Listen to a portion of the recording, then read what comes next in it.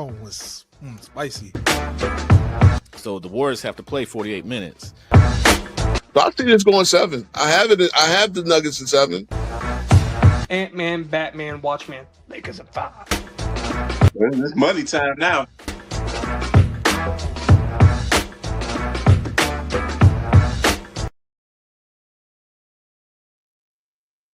All right, what's going on YouTube? What's going on YouTube?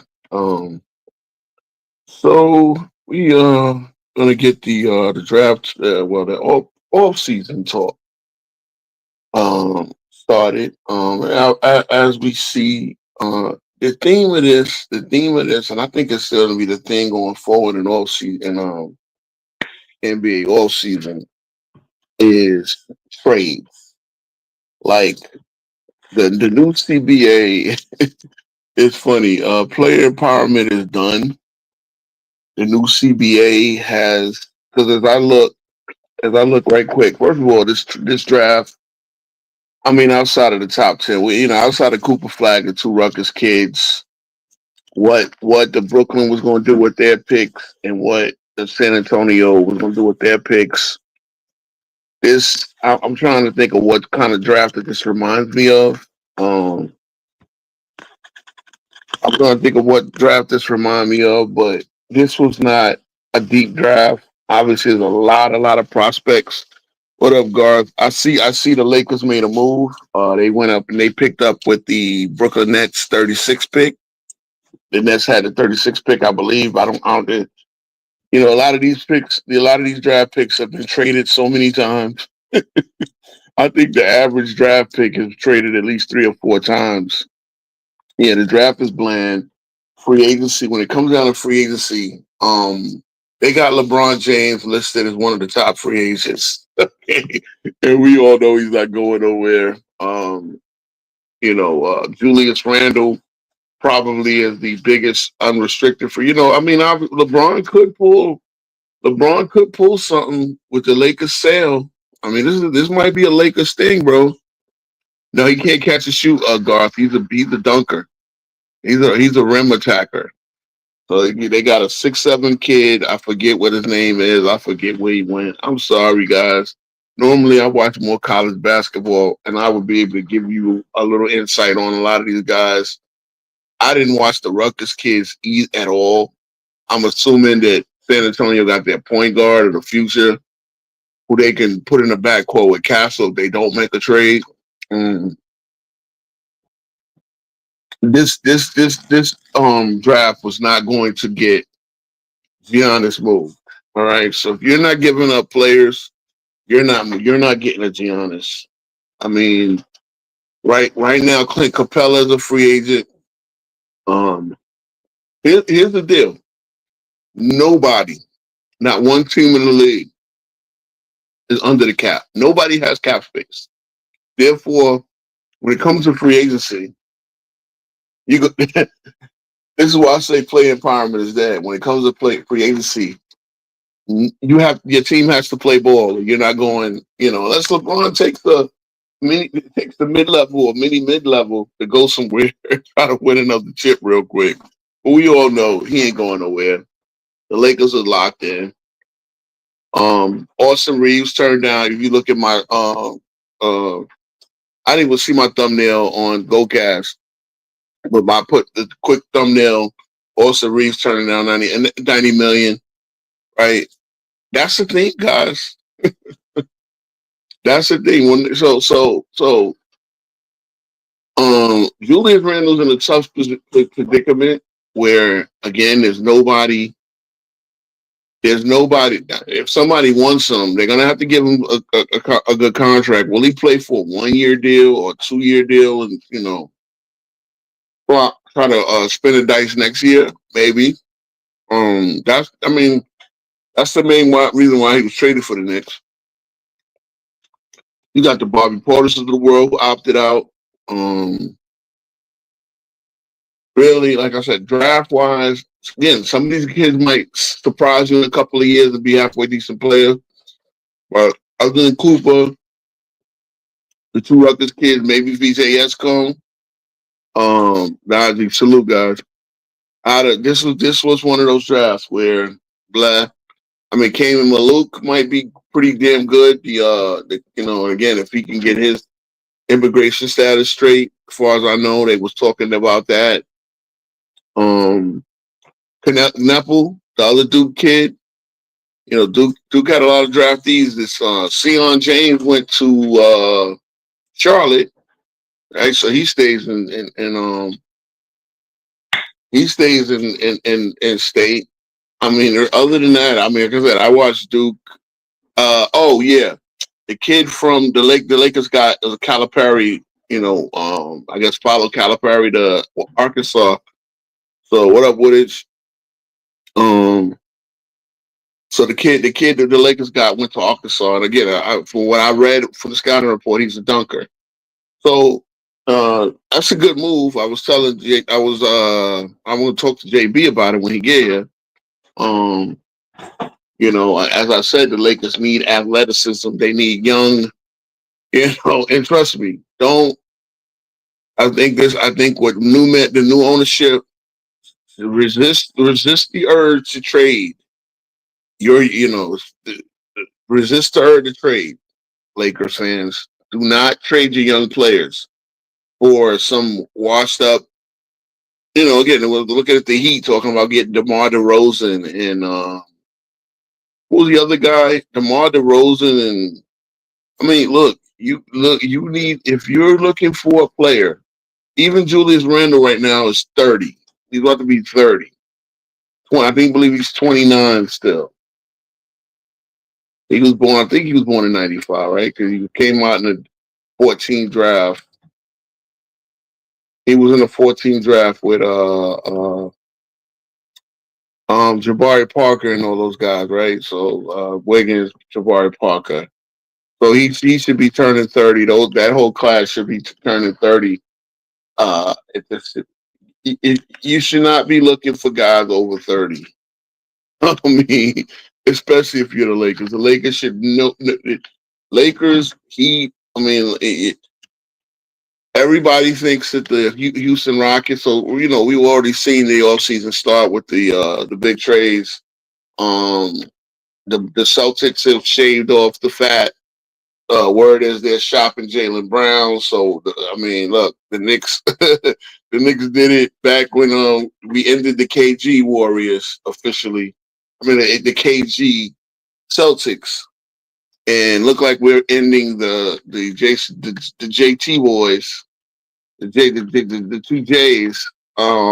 If the Boston Celtics actually do deal Jaylen Brown, that's the end of an era for the Celtics. It looks like you really can't change Jason Tatum's point. So looks like they'll come back and try to draft young players around Jason Tatum. Funny, right? Jason Tatum might come back to the Celtics as the old dude on the block.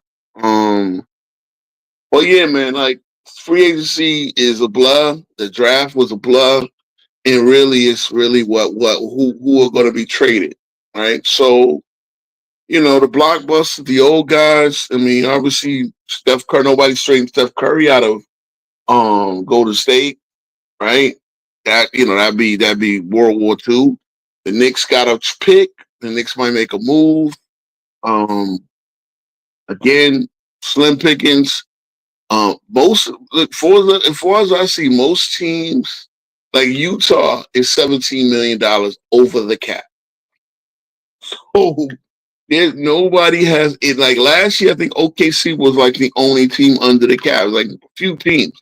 They were the only team significantly under the cap where the free agent signing of guys guys going from team to team was pretty much Isaiah Hartenstein, and you see that move paid off.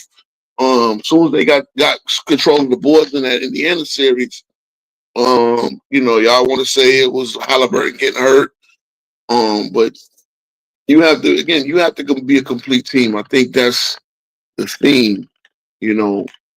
Get a complete squad out here, man. Get what you need. You need certain elements you need to compete, to compete for a championship. Obviously, you need 3-point shooting. You need 3-point shooting. Go find 3-point shooters. You trade, Desmond Bain, the Desmond Bain to Orlando deal. That was one that should serve as a model as okay, Orlando, and again, I got Orlando in contention next year, guys. You heard it here first. I got Orlando in contention. There's a team that injuries tore their season up this year. Really, if anybody saw my post, I said it's 14 teams that could conceivably win a championship this year.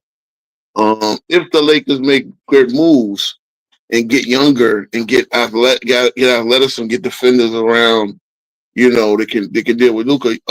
Okay. Yeah, I'm trying to get JB up here.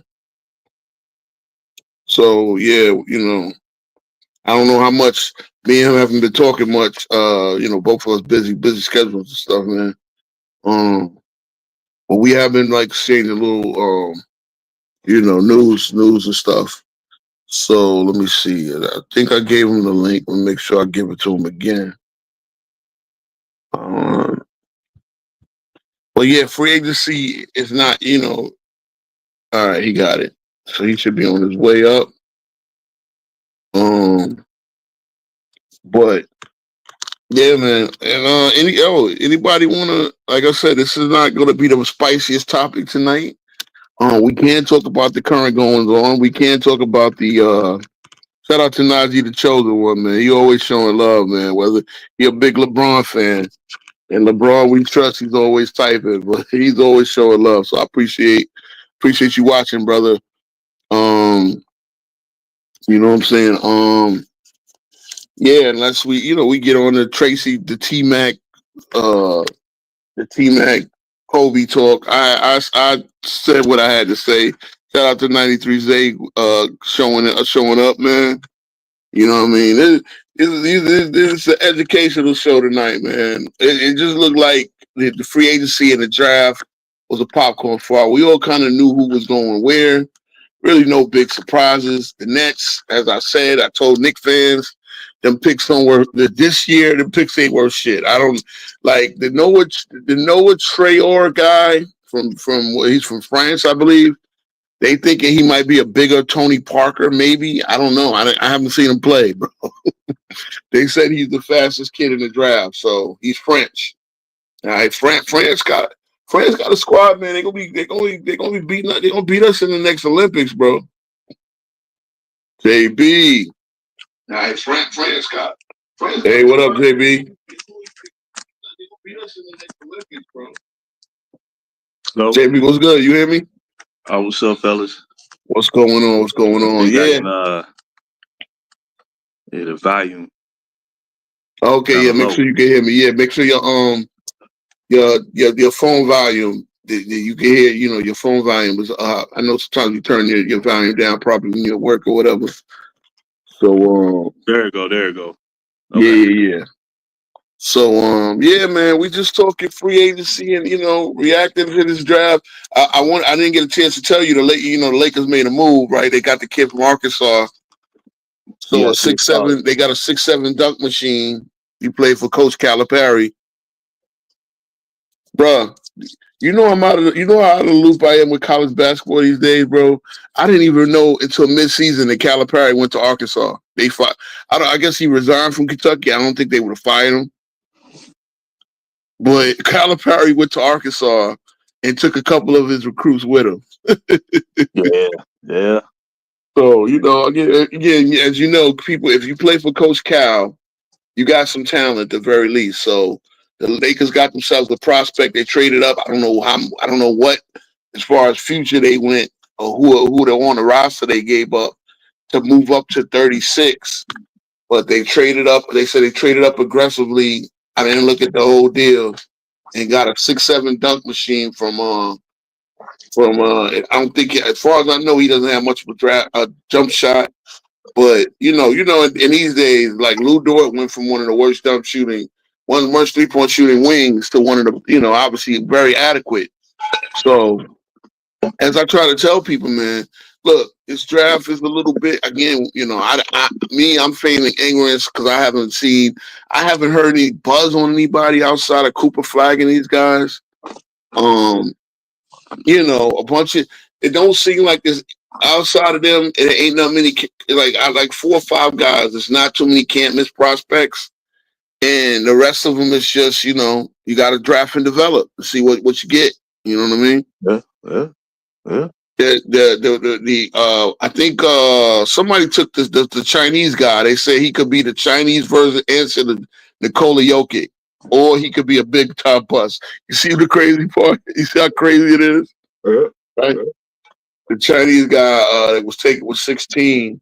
They said he could either be the next Jokic out of China, or he could be a complete bust because he's not athletic, and they say he don't have he's 7'2", but he's not strong. But he has passing ability, and and again, it's quick. It's really understandable to know these guys are 17, 18, 19. I mean, 19. So Cooper is still 18. You know what I'm saying? So Dallas fans don't expect Cooper to be an all-star next year. He's going to be 18 coming into a grown man's league. I had my run-ins. All week, man. I was on FYF channel. Speaking up for Kobe, bro. They going crazy. They going crazy. T-Mac come in the league. After Stephen A. did the ring coaching nonsense, talking about Giannis was an underachiever, and so guys went at him, and then they T-Mac brought up the controversy saying if I was on the Lakers, I could have won a chip, which I believe he would have definitely won at least one of them. You know what I'm saying? But the idea that they won a three-peat, I don't know. You know what I'm saying? Like Kobe had, as even T-Mac said, Kobe was more of the film. He was more of the preparer. Like what T-Mac was all, athleticism and pure scoring. Kobe was more a student of the game. So, Wade, Gilbert, all taking their little shots at Kobe. It's just crazy, man, bro. You know this. If Kobe was still walking this planet, bro, the energy would be way, way different. You know what I mean? Oh yeah. You know what I'm saying? So it's like, it's like I have to tell them too. Like, let's not totally disrespect Matt. Matt was bad, especially in 01, 02, 03.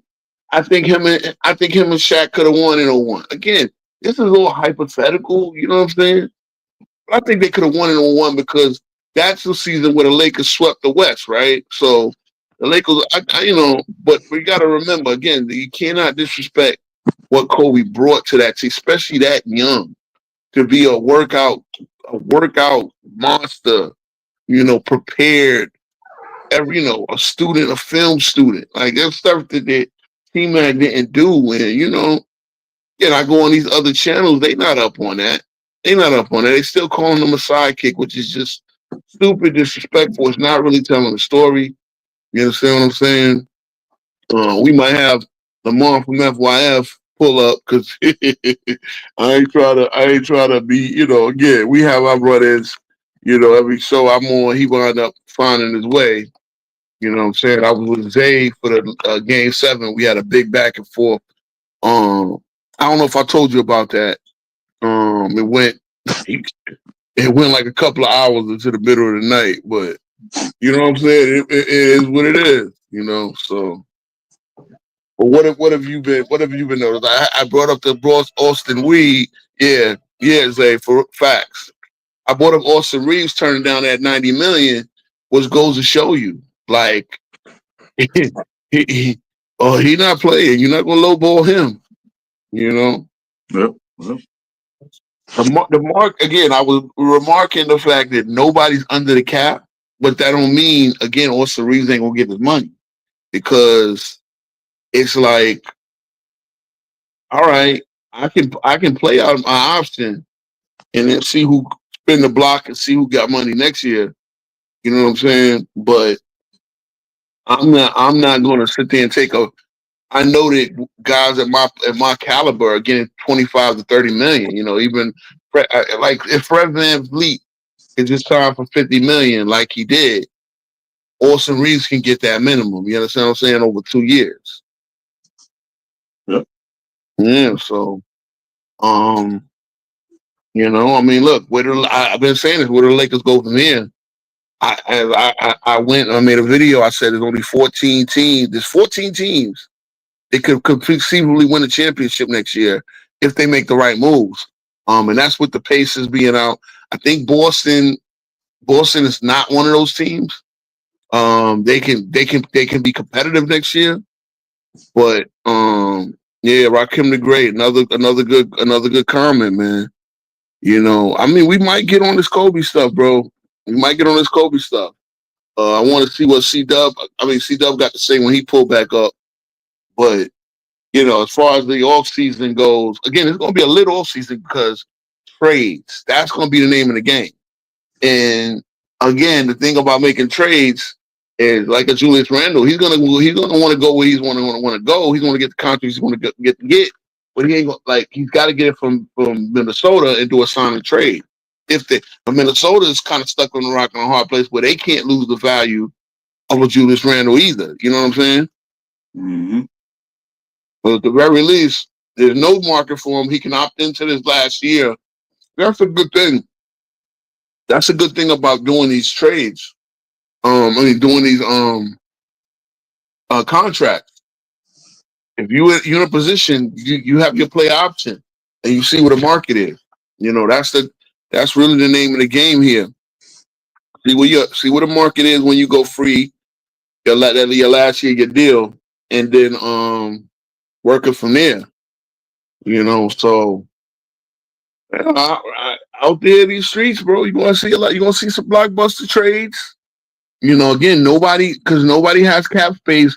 Nobody can just walk to the team they want without with the team they're on playing ball, doing a sign and trade. But yeah, you know, you don't want to have an unhappy player. So there's a little bit of player empowerment the way it was today. You know, I was joking that LeBron has opted out, and obviously the Lakers are going to have to give him the contract that he wants. Is he willing to take a pay cut? Probably not. And here we are, man. You know, I'm trying to let me see. The Lakers, in terms of payroll, they're in the middle of the pack. Their payroll is $214 next year. My Knicks are at $230. This is the total cap. Boston has shaved themselves down to $264. Golden State is number one at $265. Let's see. Cleveland. Okay, so Lakers are $214, but again, they don't have a strong core. I guess if you consider Austin Reeves and these guys the core, but a lot of those guys, like Dorian Finney-Smith, is a free agent.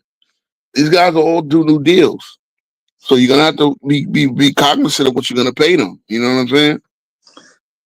You know what's funny, Ro, is the OKC Thunder had the lowest payroll in the NBA. They sure did. And just won the title. Sure did. Now, I watched a segment on YouTube of the Odd Couple with Kevin Washington and Odin Polynice. I guess they filling in for Rob Parker.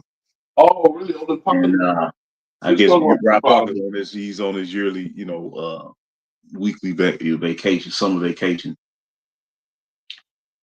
And it's funny. Now all of a sudden, they did a video, and it's titled. I'm finna pull it up. Give me 1 second here. Go ahead, bro. It's titled. I'm gonna pull it up here. And see, give me 1 second here. I should have had to pull it. My bad. Give me about 15 seconds here. What do you think?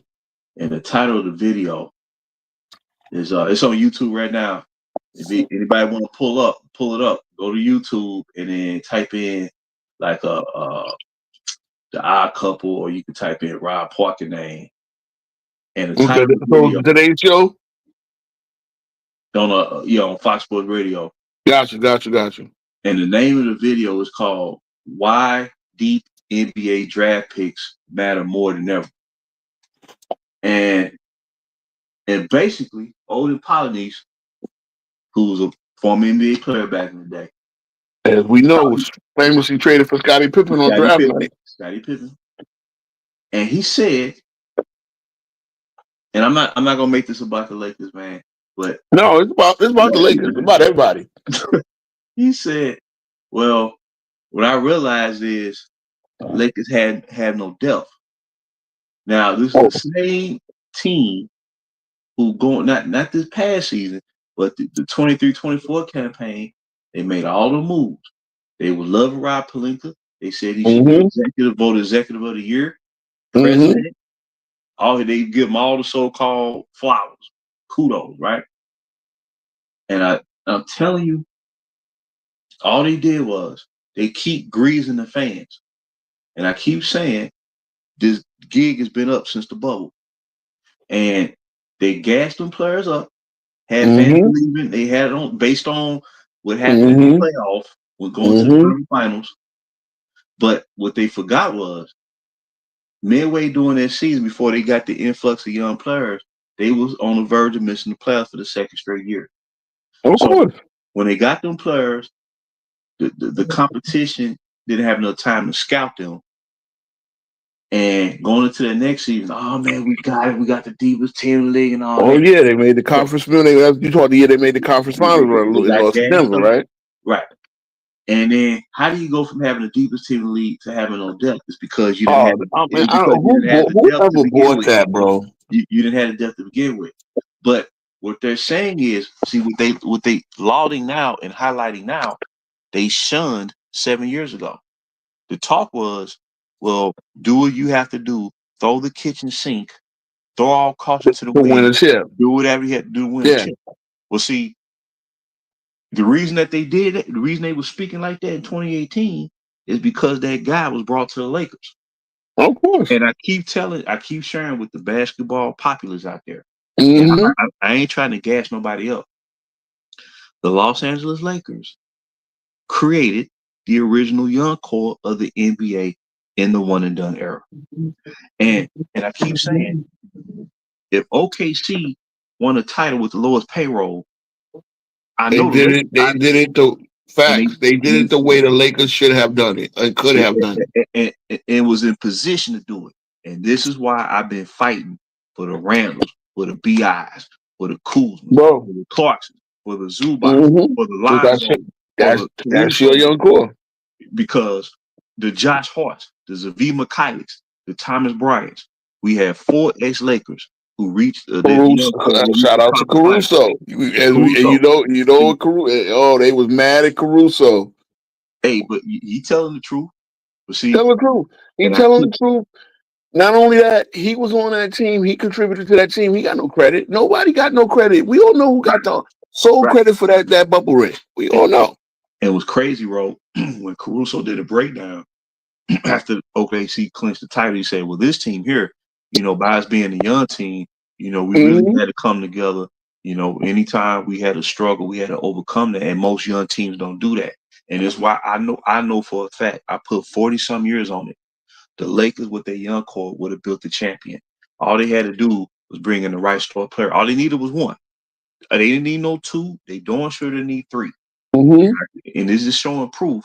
You know what? Because I've been on this theme on this channel all the time, bro. I know you've kind of been, you can make one. I try to get you can at least do a show a week. That's why I went to 2 shows to where if I got something to say on Tuesday, But I've been on this theme. OKC.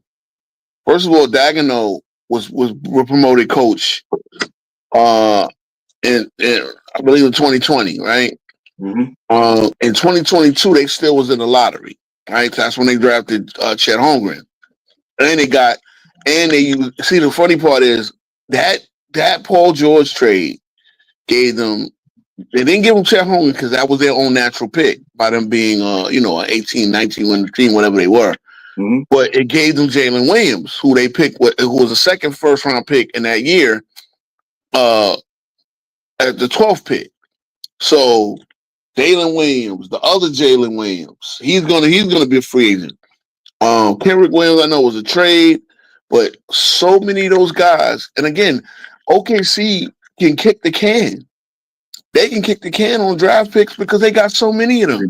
You see, they got so many. That's what I say. They are the anti-Lakers, bro. The crazy part is, and this was funny for what Caruso said, this is real shit. They're the anti-Lakers. They had an all-time great team this year. People talk all that asterisk talk. Please, they won 68 games.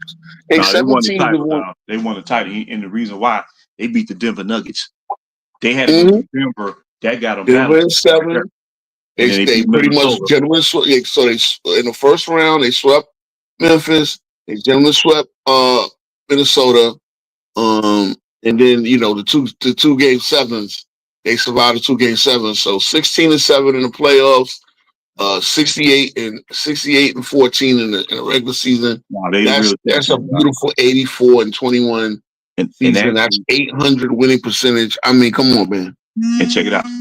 And they did it in 5 years.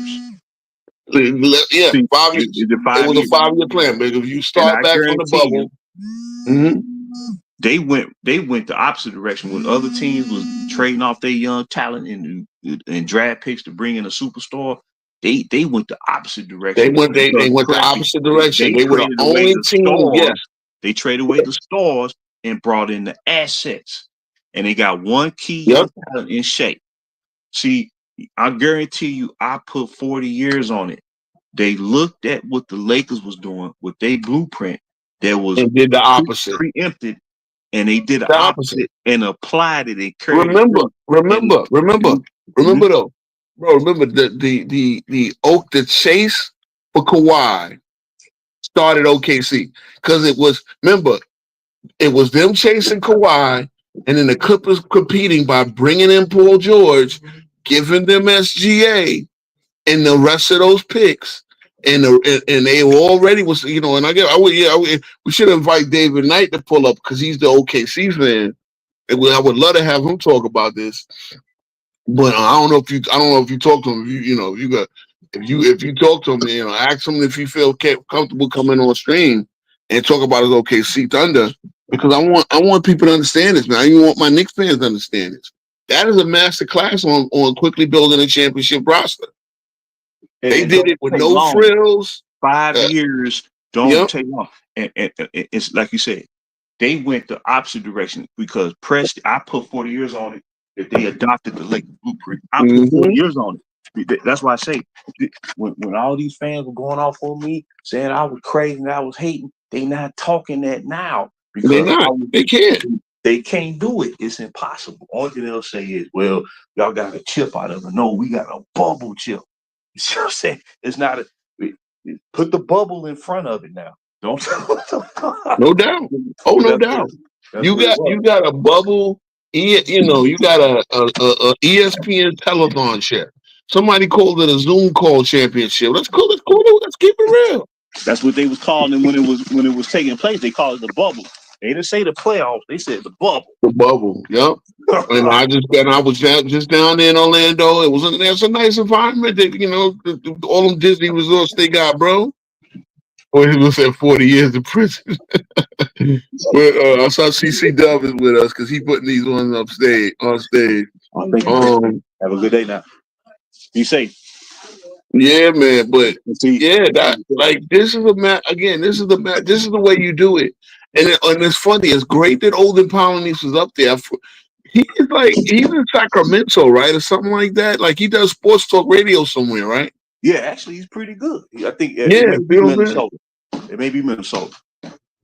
Shout out to the University of Virginia because I think he does something with Fox Sports. Olden Polynice. Yeah. I remember Fox Sports. Yeah. Okay. Yeah, I know he's on Fox Sports, but I think his day job is. I think he does a radio show, sports talk radio somewhere. I would have to look at. I would have to Google him to see exactly what he does. But again, you devalue your franchise. See, the Clippers, like I said, well, Kawhi was like, shit. Well, LeBron got the Lakers forced their hand to get AD. Well, I'm gonna come to the Clippers, but y'all gotta get Paul George.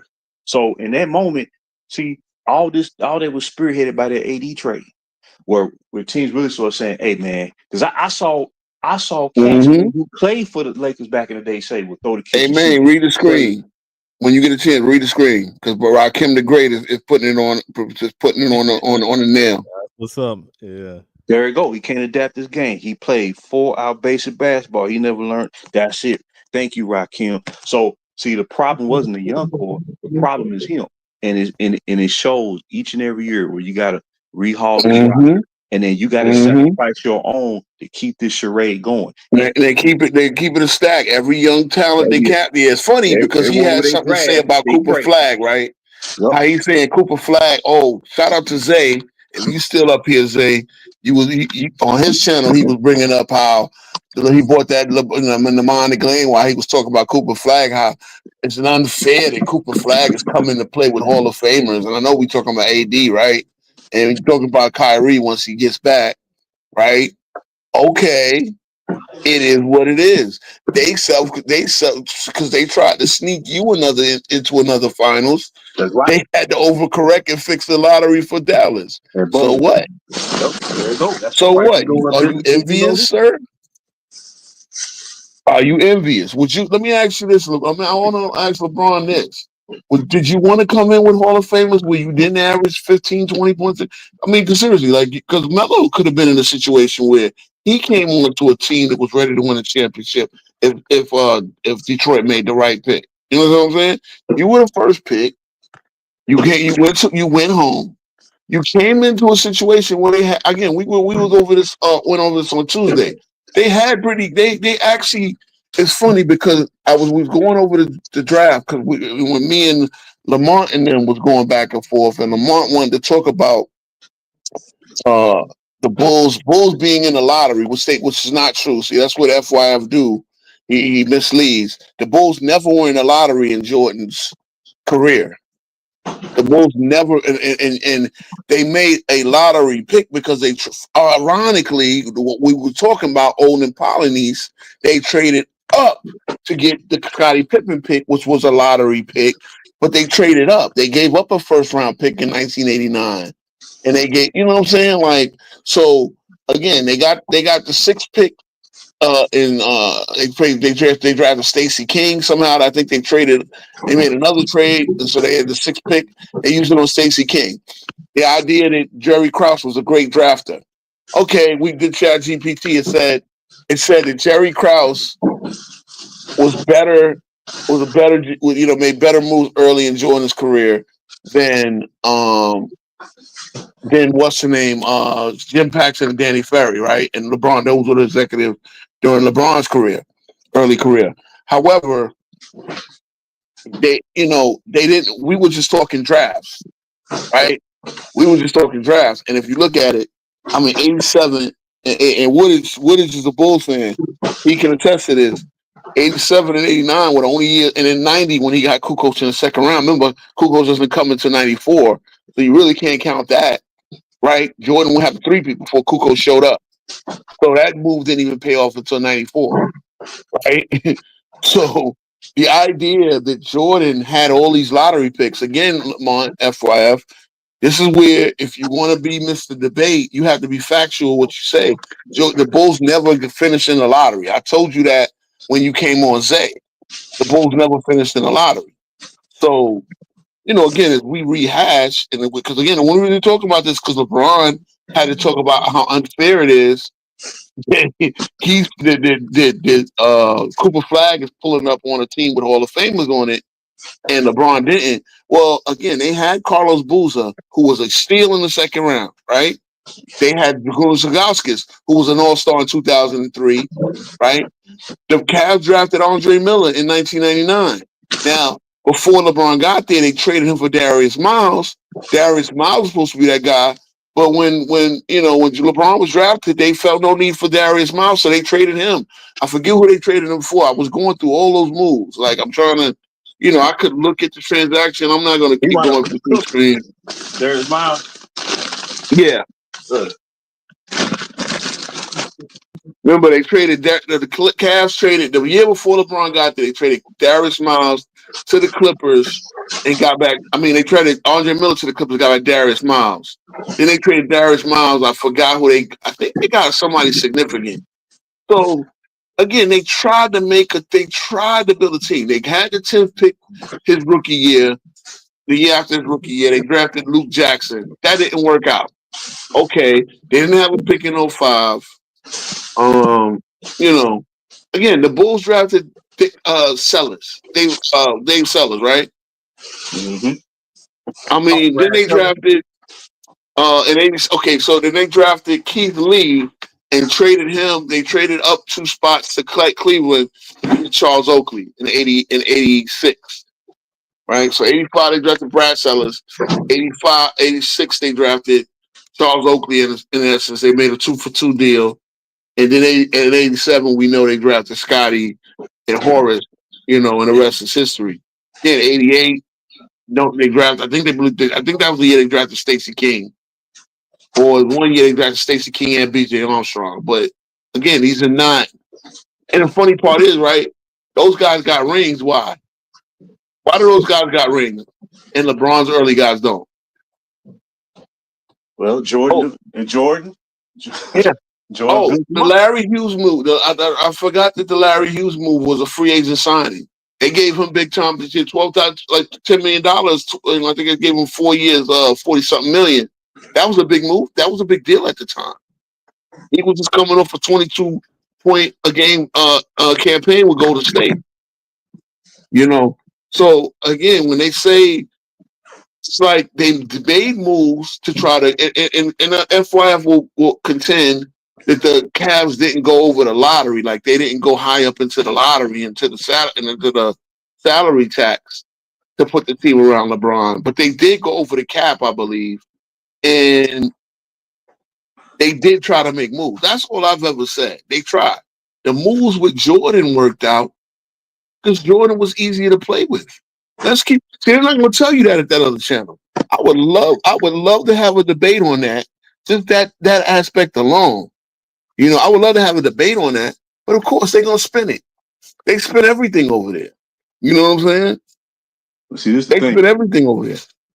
So any team out there or anybody that's on these shows that say, well, you gotta go for it to win right now. I would run for cover. I would get the heck out of there. Get the heck out of Dodge because they're gonna lead you to purgatory. And it's when you look at the team like Phoenix, they're actually fortunate that they got some young players in that KD trade and they did get some draft picks, so they kind of move forward because they were depleted too. And like I said, I think what happened is with these talking heads, they didn't anticipate so many teams ascending with young talent. But see what they didn't understand, you could tell they weren't reading the landscape because they were still thinking, well, the Lakers and Brooklyn, they gonna clash for the final. No, they not. The gig is up. When you forego young talent like that, like Brooklyn, they could have went to the finals if they would have traded for James Harden. You get James Harden, you gave up Jared Allen, Taurean Prince, and it was 2 other young cats that they gave up. I can't think of their names right now, but a total of 4 outstanding young players.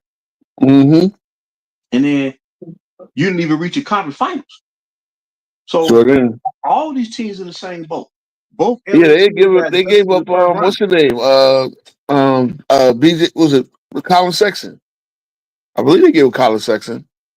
Was it Colin Sexton? I'm trying to think. It was 4 players from Brooklyn. I know one of them was Taurean Prince. Karis LeVert. That's the one. Karis LeVert, because Karis LeVert is a free agent. Yep. Okay, wait a minute. Let's see. Oh, wait a minute. Okay, Phoenix made the pick, but I heard it's going to the Lakers. So Adu Thiero is the guy. Obviously he's an African cat. He was born in Utah. A crazy part, but I believe his parents from Mali. So I do. That's your guys. I do Thiero, 6'7", 6'8" rim attacker, pretty much. Let me see. Yeah, as a senior, this is in high school. What is his college career with Arkansas? So he was with Kentucky, and he followed Cal. So he played 3 years there. Let me see. This year he averaged 15 and 6. So upperclassman, like a rim attacker. He's not a 3-point shooter. I'm seeing 25% from 3. So I doubt this cat. Phil, I think again, you need an athletic wing, and he'll provide that. Well, see, this is the thing, bro. It's like that's why I say, man. I root for him to do well, man. Like I said, Dalton Connect, he got screwed. You know, Mm-hmm. he averaged 17 points a game as a starter this year, and then you trade him. And what's crazy, the player who you trade him for, he just got traded to Phoenix. What the Lakers don't understand is everybody across the league know this team is in dire straits and desperate. Anytime you go to the playoffs without a starting center and a backup, you in trouble. So what I'm trying to say is they're not gonna get another opportunity like that to draft across the board the way they did over that 4-year period. And I just found this out a week and a half ago because something said, man, do some research on Julius Randle. Because I remember his last year with the Lakers when he put him in the starting lineup, he it's like he broke through and he was averaging 20 and 10. And I was like, okay, why was he doing? Why was he able to average 20 and 10? I pulled it up, man. That man was shooting 56% from the floor. Yeah. 56%.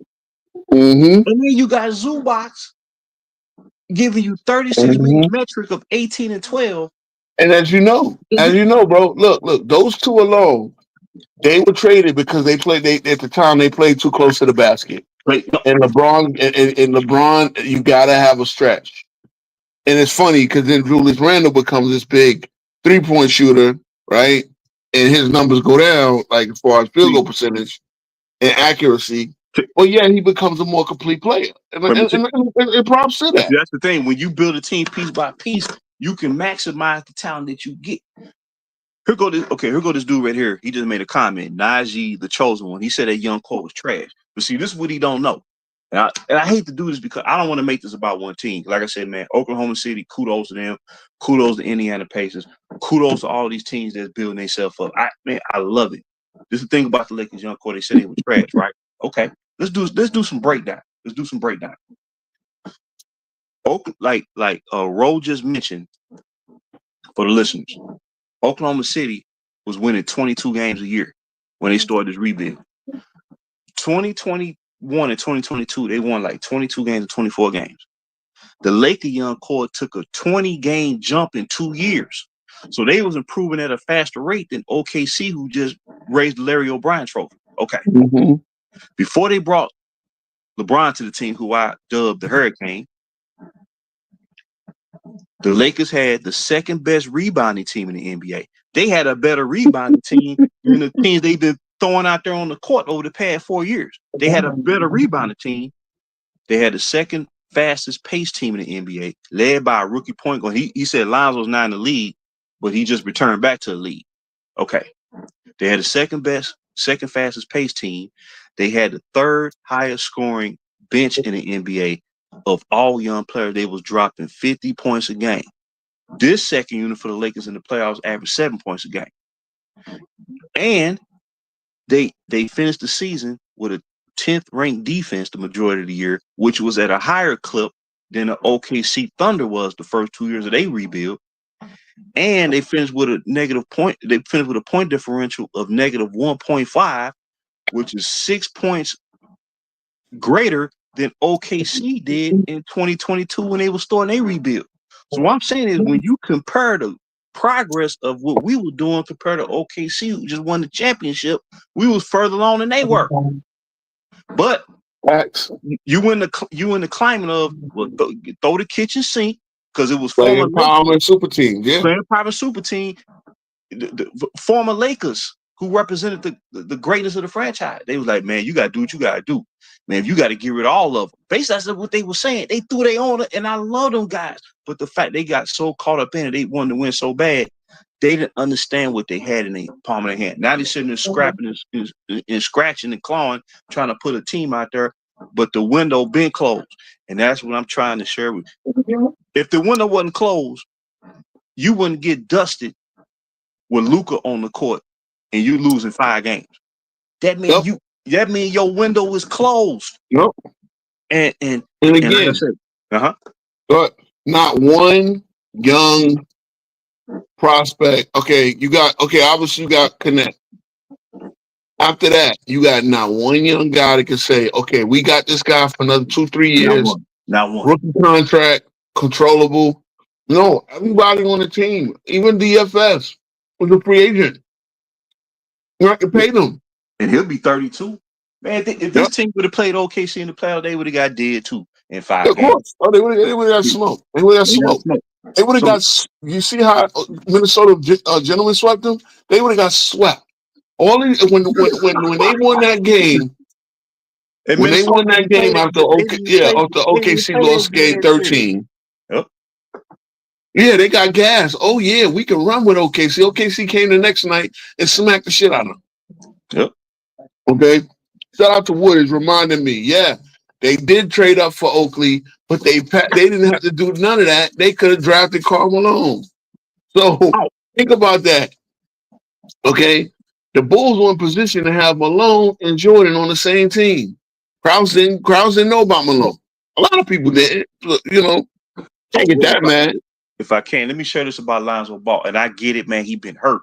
It's unfortunate, but there's been a lot of injuries that's been occurring throughout the NBA. And a lot of reason why he was getting the injuries because of them shoes he was wearing, them big baller brands. If he was wearing standardized basketball shoes, I don't think he'd have been missing all that time. But this is the thing about Lonzo. I want all the Lakers fans to realize it. It was too much hype placed on him, which was unfair. But if you look at his game, he had a better rookie season than De'Aaron Fox. He averaged more rebounds and assists, and he had an exceptional. He had as a rookie, had one of the best assist to turnover ratios of any elite guard in the NBA. Facts. And he was giving you over 7.5 rebounds, 7.5 assists. And by the time he left the Pelicans, I'm talking about as far as when it comes to pure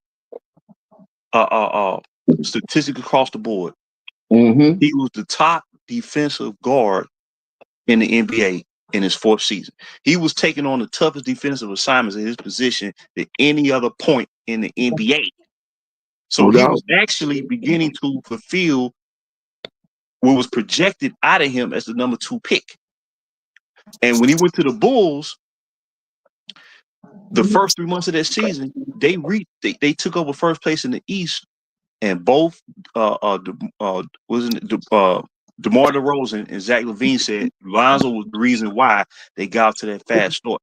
So what I'm saying is, if you're looking at it from a superstar GOAT point of view, it's going to throw you off track. If you look at what you need by position, they had it all. See, but like I said, it's all gone now.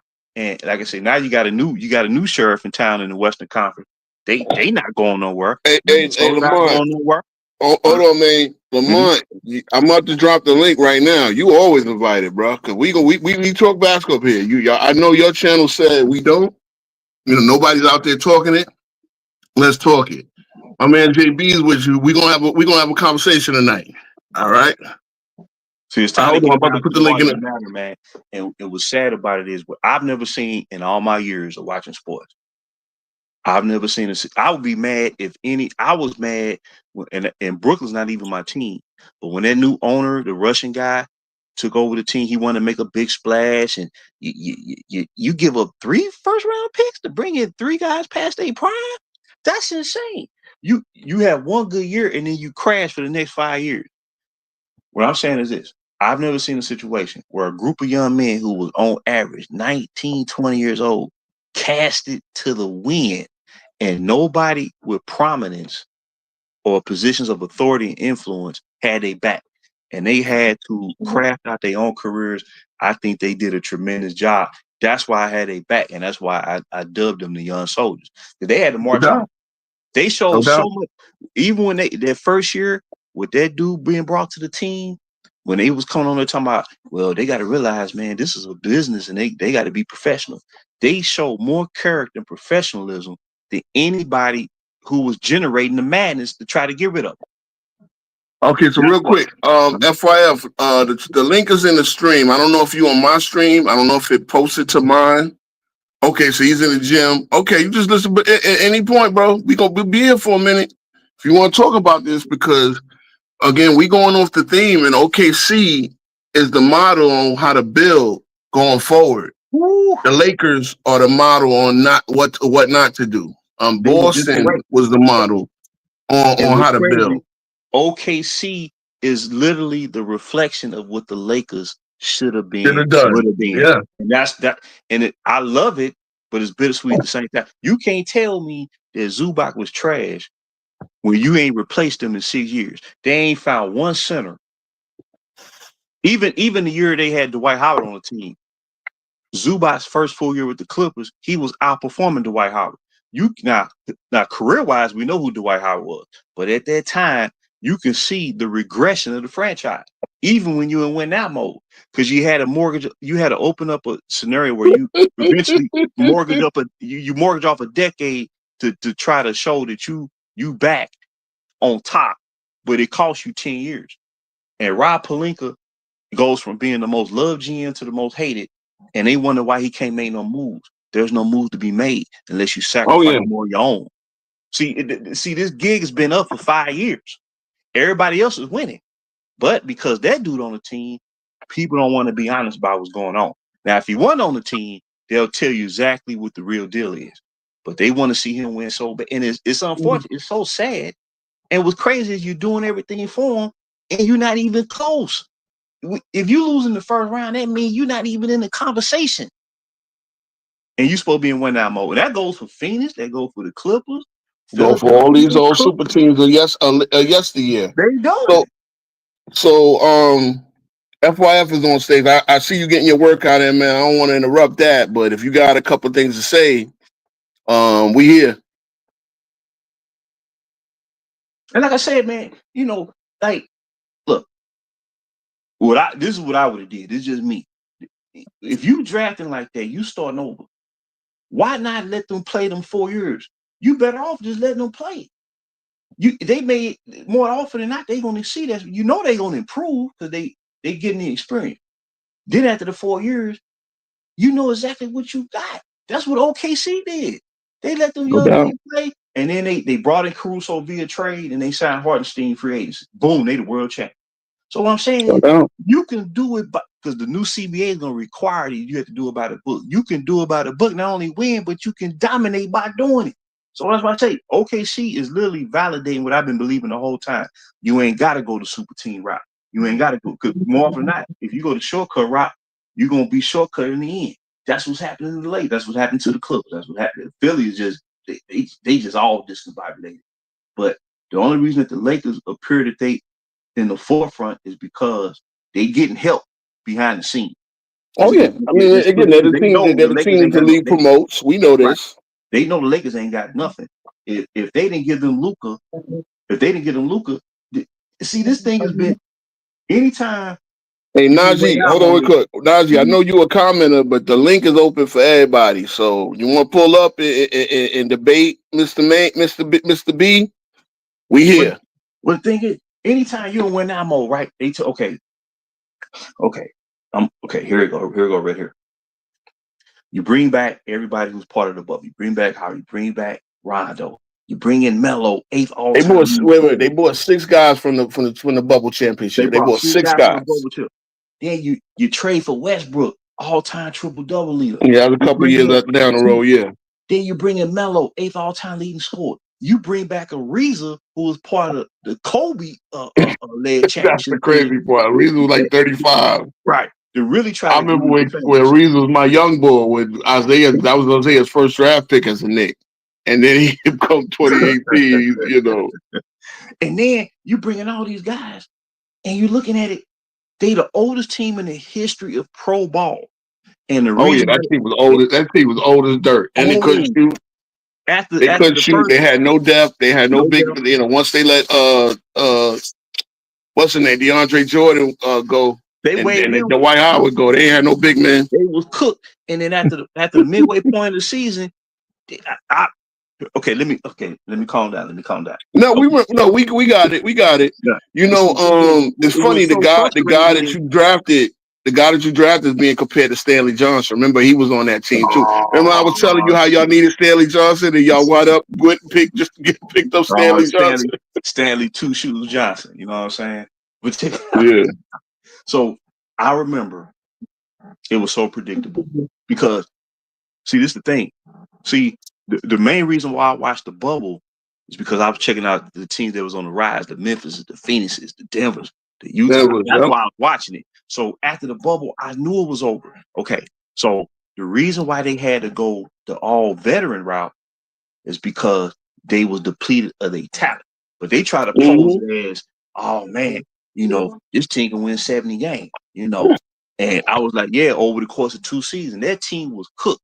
And I remember, I'll never forget what Jeannie Buss said. She said, after they made all the moves, she said, well, when 3 guys are taking up 90% of your salary cap, well, you have to create a situation where you have to convince veteran players to sign 1-year deals at the vet minimum for the opportunity to possibly compete for a championship. She knew that team wasn't no good. See, the thing about Jeannie Buss, she done seen real championship ball, and she know posing. She know when it's a charade, but she can't really say it because of the situation. So I know. So I remember I said, man, this is exactly what's gonna happen this year. I say all these young squad, even Sacramento started to take shape for them. I said, what's gonna happen is all these young squads got to do is keep the game within 2 possessions by halftime. And the third quarter, they're going to unleash the funk, and they're going to run the Lakers ragged up and down the court. And then by the fourth quarter, it ain't going to be nothing there. And that's exactly what happened, because if you uphold young talent and respect it, you can actually predict the outcome was going to happen. If you embrace the super team model and get caught up and start riding the wave, you're gonna be confused by year's end, and you're gonna start what you doing. You're gonna start putting fingers and blame deflecting. See, that's the thing. And if it don't work, and you don't got draft picks, you don't got assets to trade, you can't dig your way out of it. You know what I'm saying? You can do, you gotta rely on low tier players and free agency to fill the rest of the roster out, and that's been the MO since the first day they brought this dude to the team. Nazi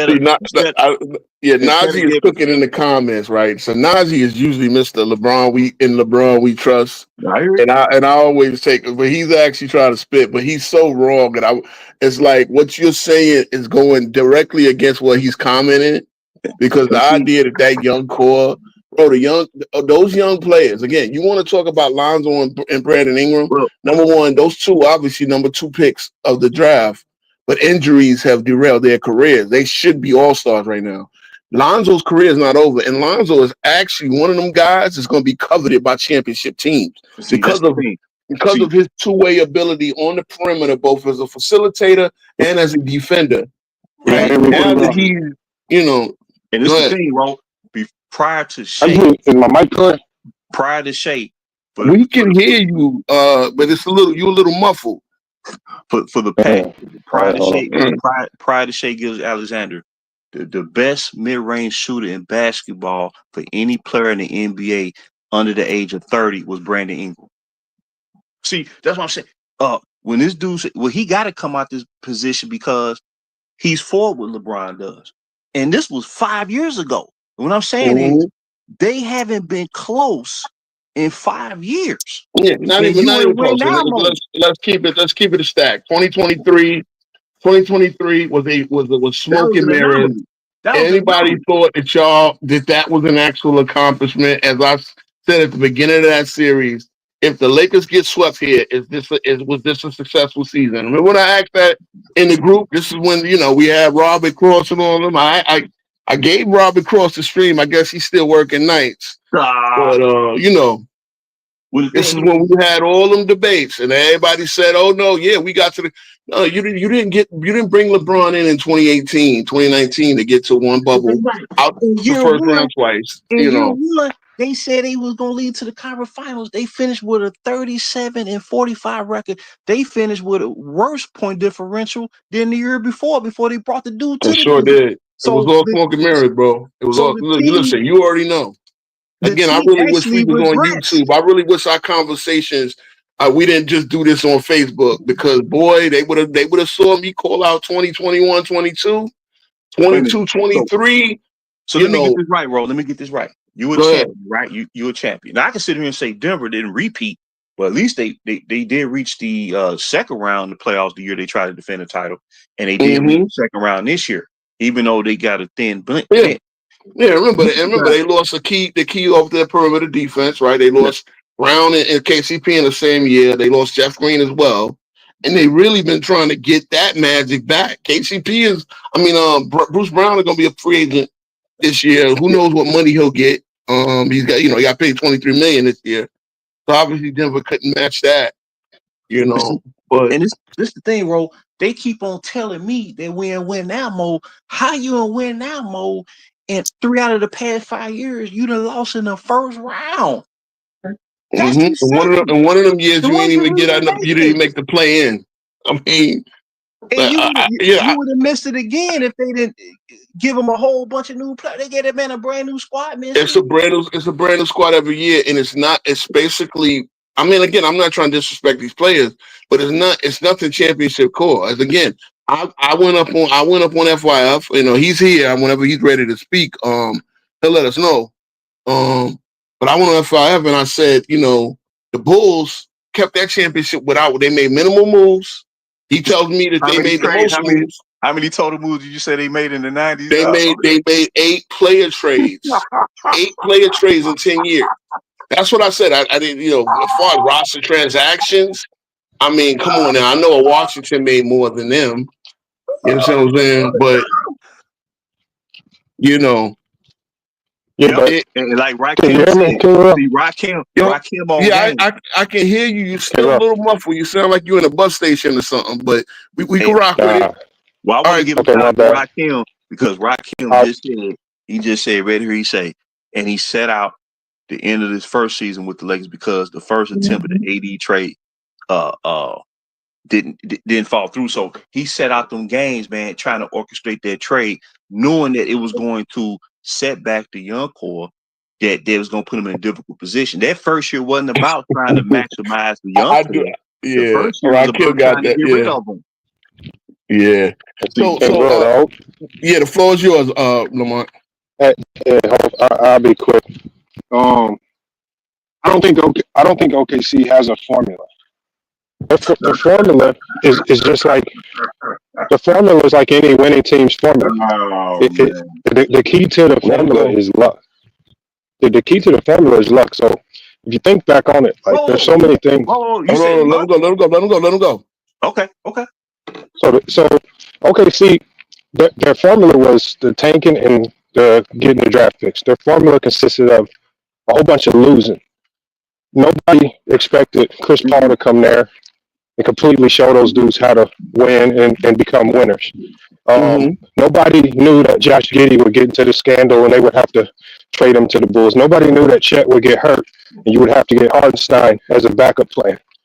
Sometimes your path to success, sometimes you find success in the flaws and the things that go wrong. And you kind of then when you open your eyes, oh wow, we're way better than I thought we were. And I don't think even Mark Daigneault, nobody thought he would come in and be a coach of the year level coach. So I think, but when you don't sell yourself short, sometimes you can fall into. Sometimes let me finish my point because no. The point of what I'm trying to say is. No, let me finish what I'm saying because I don't got Let him go, JB. We'll rebut. Trust me, we'll rebut. We got time. No, the point of what I'm trying to say is if you try to chase another team's formula for success, you're going to lose.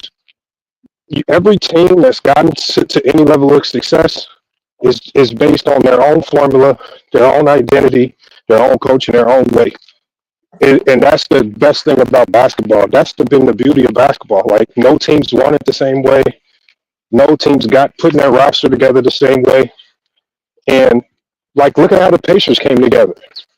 Like nobody expected it to do what it did this year, but they wake up one day, they were sitting at 10-15 at the beginning of the year. They were thinking NBA Finals. But sometimes things come together and things fall in place at the right time. A little luck on the way. And now you're saying, damn, we have something here that we can work with. So I just think with the Lakers or even any other team, a lot of these teams, I just think that they have to just keep tinkering and trying to find a model that works. Now, I think the Lakers are in a conundrum because you got a 41-year-old max salary player. And I don't think anybody in the league believes that that's a winning formula. Like, but again, that's something that the Lakers have to resolve. Yeah, And you're right. Here's the problem, though, Lamont. You got to there's no add. problem. You got to add to that. They have no draft picks. Like they had to trade up to get this kid out of Arkansas that played for Coach Cal, right? And he But if we're had talking about comparison winning a with Stanley championship Johnson, which next is not a year, bad deal. but if we're talking about winning a championship next year, there's no draft pick that's going to put you in Of championship course not. contention. But here's the thing. Here's the thing, though, Ron. See, you say it's luck, but I could say it's playing luck because what Well, that's not OKC what I did. said. That's No, not what you I said said entirely. okay. No, all right. You said there's a lot of luck, and I agree with No, that point. no, Right? listen to what I've said with OKC. OKC would still have Josh Giddey if he didn't get caught up in that sex scandal. But they could have still won the championship with Josh Giddey and Caruso. Hold on. No, but they don't win the championship without. They don't win it. Like so, there's so many things like because Giddey was the de facto point guard. We don't see this type of SGA. Giddey is a with top Giddey of the sitting there level. running the point. Giddey was So a all I'm top level lottery pick. Yeah. All I'm saying is sometimes things happen, and it shows you a new path, and that new path that you go down just puts you in a better situation, even though that wasn't the intended path. And I think with the Lakers, over the last year and a half or so have been on a positive trajectory as far as discipline, not just recklessly trading Austin Reeves, even though the fans call for it, trying to accumulate their assets because it's a slow process. OKC showed you can't do it overnight. It took them years to get to this level. And I think a lot of people look to Well, see, this has been my whole point since 2018. When people tell me that Ion Corcoran did it, no, the difference was no patience was applied because when you bring this dude to the team, you got to throw everything away. You got to flush everything away. My point is this. Let's go back to OKC real quick. When they had Carmelo Anthony, Paul George, and Russell Westbrook on the same team. Okay, they lost 2 years in a row in the first round. In my recollection. I believe Sam Presti sit there and said, when he in the heart of the super team era, he said, why would I need to continue to try to duplicate something that's not producing the results? So to me, it seemed like what he did was he punted the field and say, you know what? I'm gonna let these number of teams, I'm gonna let them go for it. But what I'm gonna do is I'm gonna collect as many assets as I can as possible. Yes. And what he did was so groundbreaking. When people was making fun of him when it started, it's like, man, what Presti doing, man? You can't. Why you gonna get rid of all them top players? Them They were making fun of the draft. They got they got 3, 4 first rounders a year. He was thinking 5 years down the road. But the key was he traded Paul George. I said, y'all want Paul George? Give me this young Shea. See the thing is, a lot of these GMs, they come and want to make these big splashes at the expense of young talent, but they don't have the vision of what the young talent can be 4 or 5 years out. Yeah, and in fairness, their ownership might not have the patience to watch a rebuild. Maybe Presti and OKC ownership had that patience of saying, "Hey, look, this is going to be a 5-year plan. We're going to be in the playoffs and competing with it by year 4 or 5." This new CBA is set up. You cannot take shortcuts no more to try to win. You gonna have to build. If you starting over again, it's gonna take about 5 years. So my point is, in 2018, the Lakers were in year 2 of that rebuild, and they was improving at a faster rate than OKC.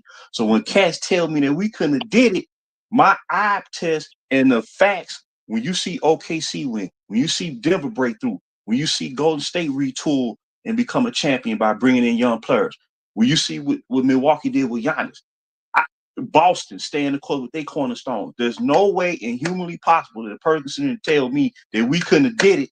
When you see a small market team with the lowest payroll win the title, that means he had to have a vision. I don't see how this is luck. But the thing is, it caught these talking heads off guard. They sitting there scratching their head like, blah, blah, blah, blah, blah, blah.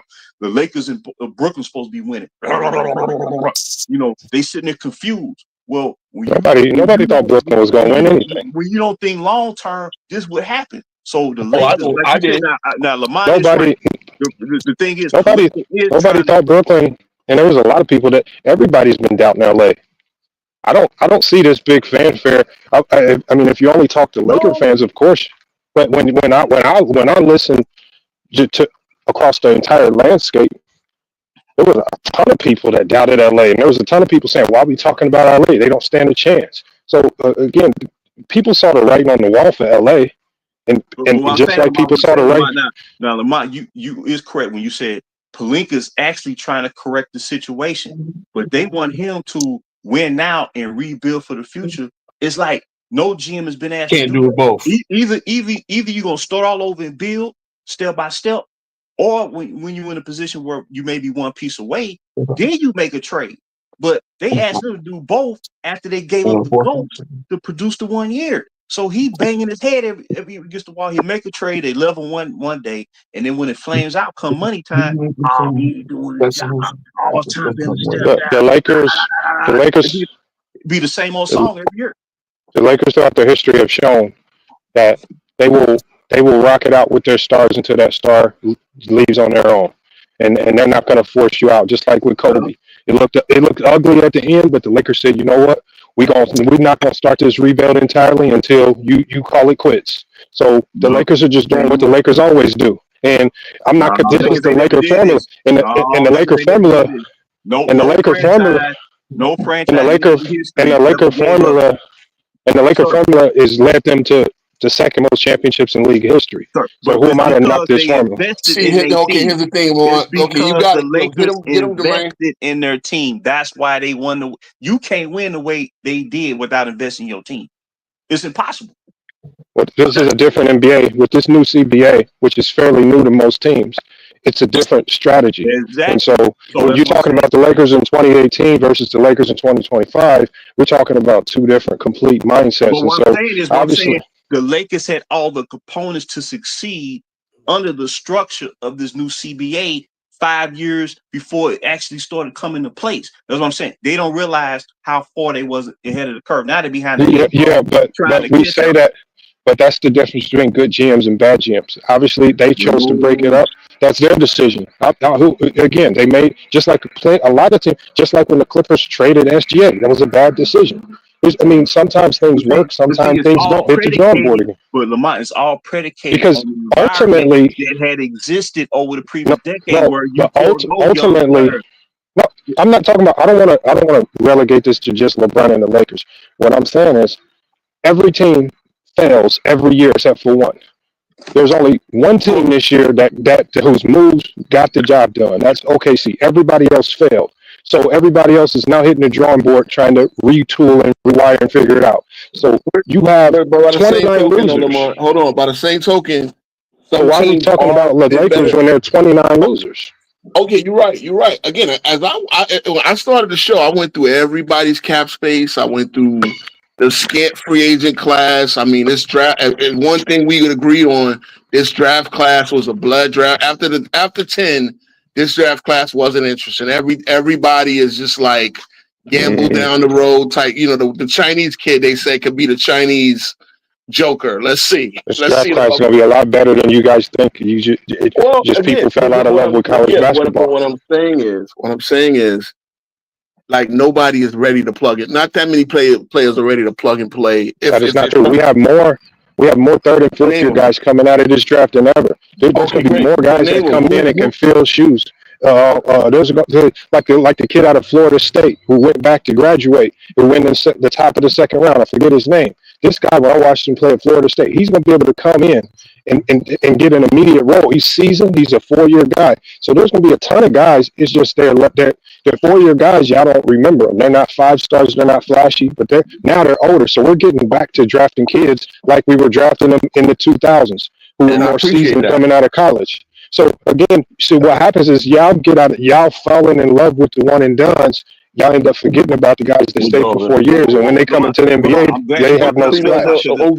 Over here, though, Lamont, we have perspective on the one and dones. We understand that the one and dones are the most talented players, but they're not guys that. Yet the one and done are usually the most talented players. That's why they want to done. They have the most. They have the most potential. They're never the most talented. That's what I'm saying. Okay, I'm glad y'all brought this up. Let me say this real quick. I'm gonna let y'all check this out, fellas. Check this out. Go ahead, I'm glad Lamont brought this up. This is why I keep stressing the fact, and I'm not trying to make this about the Lakers. I'm not, like I said, man. Kudos to all these teams. Orlando, Detroit, what the Knicks have done. You know, there's a lot of models. They're doing it right. So, but this the thing though. The Knicks didn't do it right. The Knicks lost. No, what I'm saying, but what I'm They saying, though, failed, to the just like point. the they got Lakers. a level better We'll get into than that later. last year. So that means they Everybody improved. failed except OKC. No, but what I'm saying, Lamont, That's okay, too simplistic to looking at okay. it. When you No, say that's not.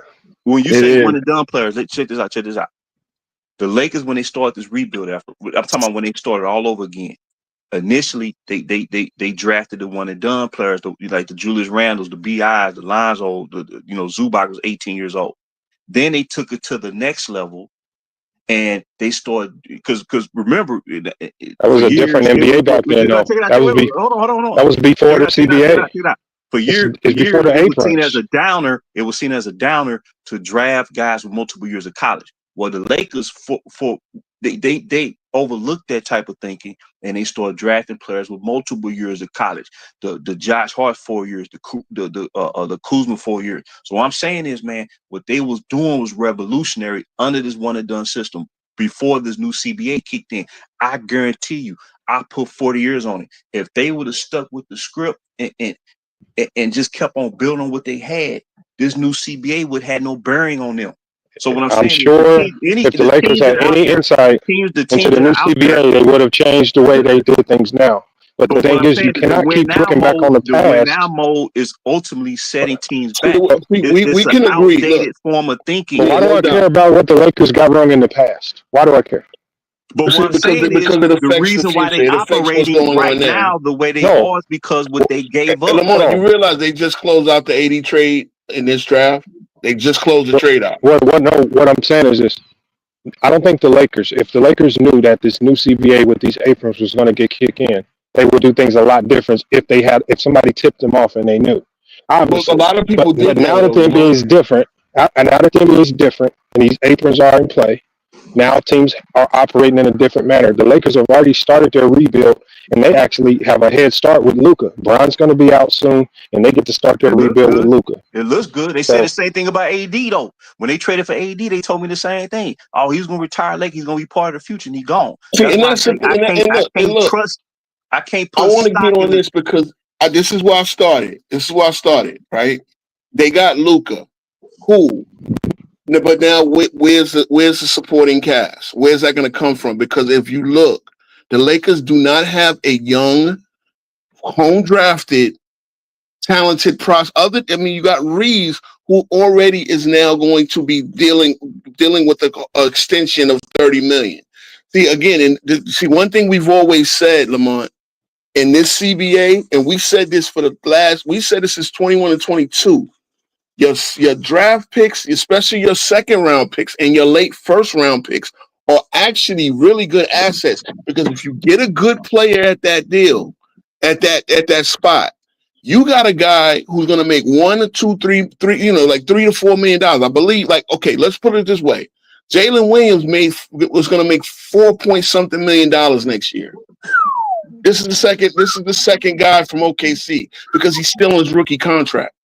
When you hit on those late lottery and late first rounders, that'll allow you to balance off having a big star at the forefront. Then those second round picks that y'all just kick around like they're nothing, you can control those guys for league minimum salary. So when you hit on those, we were saying this before the new CBA even came into play.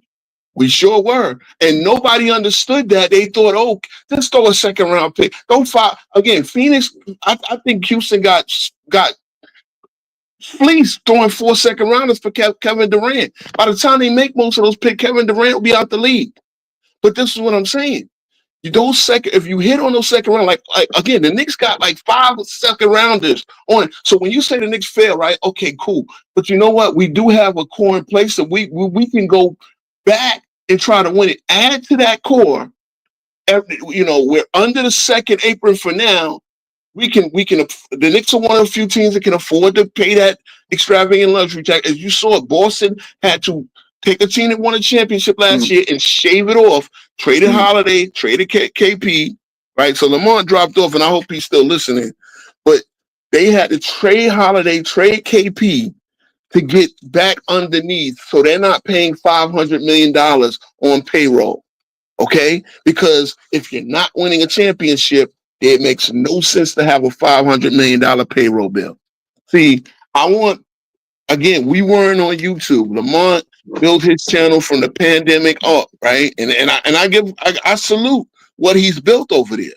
And again, he's the guy, and they say they want people to talk real basketball. We talk real, bro. You know what I've been saying. We've been having these conversations ever since basically me and you became a little bit more close once when LeBron came to the Lakers, right? We started having more day-to-day conversations, not just through the Facebook group and everything like that, right? We were talking about this. See, a lot of people don't realize that. A lot of people think, oh, we just some casuals that don't know what we're talking about. No, we know I still have a low-level understanding of the apron rules, but what I knew is that the owners were going to buck against, because they always do this. They were going to buck against the whole player empowerment movement because they didn't like the fact because again, these salaries are getting crazy. Again, right now, this free agent, nobody has cap space, right? But all these extensions you're gonna see some crazy extensions. Julius Randle is gonna extend for somewhere, I'm gonna guess between $35 and $40 million annual value. And to be honest, for a guy that made 2 All-NBA teams, that's a bargain. You feel me, what, bro? Mm-hmm. You know what? No, the way this new CBA is set up, according to your experience in the league, according to your performance, that's how you're gonna be compensated. We look at it like, okay, a veteran player. By the time this I'm talking about, this is just the beginning stage of it. By the time it really takes shape and really sets the tone for the league, you're going to see veteran players, once they reach a certain point in their career, they're not going to be getting them $50-some million contract. They're going to be paid according to their true value, which they'll still, they still be making millions of dollars. I'm saying they ain't going to be getting them 60. See, the Supermax contract was designed to keep the franchise player intact. Anthony Davis was the first player who was in position to get the first of the Supermax deal. Yeah, I think the max deal came from the 99 lockout, 98 and 99 lockout, right? Mm-hmm. The Supermax then became even more of a, if you make a certain amount of All-NBA, All-Stars, whatever it accomplished, and then the 65 game rule was meant to stop play. See, so owners always again. This goes back to remember we had the David Falk conversation, right? David Falk remembered back in '83 when he first got in the game, right? Or I guess he was just getting in the game at that time. He talked about the history of the salary cap, how the owners and the players looked at it as a partnership. Okay, yeah, we are going to put a cap on the maximum on what players can make, but realize we're going to. I think at the time it was like 56 or 58 to 42, the split. The players will get 58% of all basketball-related revenues, and the owners get 42%. And this is how we're gonna work it out through a salary cap. The NBA were the first league, I believe, to have the salary cap, right? Because baseball still didn't have it. I think football didn't come in until like the 90s, right? Yeah, that's I think. And baseball still doesn't have it. They have the luxury tax. But hockey had to shut down this league for 2 years to get that cap, and they got a strict cap themselves, right? Oh, that's right. So the NBA out for a long time. The NBA were the first one, and so as we come up, you look at think about this, bro. The crazy perspective. Look at the Showtime Lakers payroll from like 1984, bro. The mini mid-level exception. You can get the mini mid-level exception deal, like a Precious Achiuwa probably will get somewhere, right? He makes as much as money, and I get it. You got to adjust it for inflation, but still in real term value, he gets as much money as the Showtime Lakers entire payroll back in the 80s. So again, look at where we are, right? Again, we look over here. I don't know. We not dumbass niggas, bro. We are two brothers that they've been watching this game. We know this game. You understand what I'm saying? Again, that's when I go up there, they think I'm giving casual takes. I get 5 seconds to talk, bro. I let Mr. Lamar cook. I gave him the respect with his platform. You understand what I'm saying? And I let you get him. I could have, before he dropped. And again, appreciate you listening. Appreciate you coming on, man. You do honor by coming on to my channel. I appreciate it. But again, over here we have basketball conversation. You know, and we don't cap. But the thing is, bro, like I said, I think the whole problem was like I'm gonna tell you when you can clearly see that young talent meant nothing to the league at one point. We never seen a player selected number 1 in the draft get shipped out of there before he put his team cap on. Andrew Wiggins was the first number 1 coming out of the University of KU. Number 1 pick. Traded. See, again, this is 11 years ago, right? You devalue the whole lottery system when you do that. That's fair. See, again, I just want to go because we got to get really run through this quick. Back then in 2014, you still had the super team model. I told you why the super team model was able to succeed is because you had only 6-7 years of the one and done era. You didn't have guys. Remember, I told you, right? At this point, the Tim Duncans and the Kevin Garnetts by 2014-15, they're old. So those were the guys that came in the Jordan era. That they were grown men when they came into the league, or they were grown men before they got a chance to shine. See, a lot of people don't realize that. The 90s were a grown man league. Then the 2000s, there was so many high school prospects being drafted, expected that. And again, you could not expect those players. That's why they had to come to a meeting of the minds. You couldn't expect all these 18-year-olds to come in the league and be instant superstars. Because, while LeBron and Kobe and Kevin Garnett and Jermaine O'Neal, right? I mean, if you go by the 60-something guys that declared out of high school, about 20 of them were good, and about 5 to 6 of them were can't miss. Right? I put Alan Harrington in the good category. Like, he was a good player. He wasn't a can't miss player. He wasn't an all-time great, but Jermaine O'Neal. The funny part is, keep Matt, Kobe, KG, McGrady. Yeah, so Mac. When I say Mac, I mean McGrady. Oh, okay, Yeah, those were the 4 guys. Those were the first 4, and they were can't miss. Again, when I bring up Larry Hughes was rated higher than McGrady because that's my high school draft. I remember how high Larry Hughes was. So when LeBron finished on Larry Hughes was, again, that's Jason Tatum's guard. He played with that 1 year in St. Louis. Jason Tatum's father played with him in St. Louis, and that's his godfather, right? So Larry Hughes they said if he would have went out, he would have been hot. They say he could have been the 2nd pick behind Duncan and not Van Horn, maybe the 3rd pick in Legend. That he was that highly rated. He was that highly rated of a talent. But by the time you get to the 2000s, now you got guys coming out one and done. It shouldn't have been. Lenny Cook came out in I believe 2002. Those guys who probably should have went to a school or went the NBA didn't have this G League thing where you can go there and hone your craft. But it's like it was sink or swim. Kwame Brown, right? It's sink or swim. You're coming onto a league with team with grown men, and if you're not hitting right away, you're now labeled. And a lot of these guys, again, Tyson Chandler, took him 10 years to really develop a role. 10 years to make an all-season second pick in the draft. And so, again, the reason why that super team era worked the way it did, because you didn't have a lot of great veteran-laden teams. Yep. You understand what I'm saying? Yep.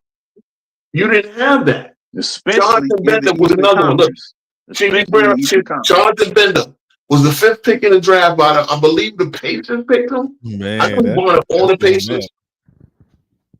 You know, Jonathan Bender, again, a 7-footer. They thought he would be another O'Neal. It didn't work out. They thought he would be another Jermaine O'Neal. It didn't work out.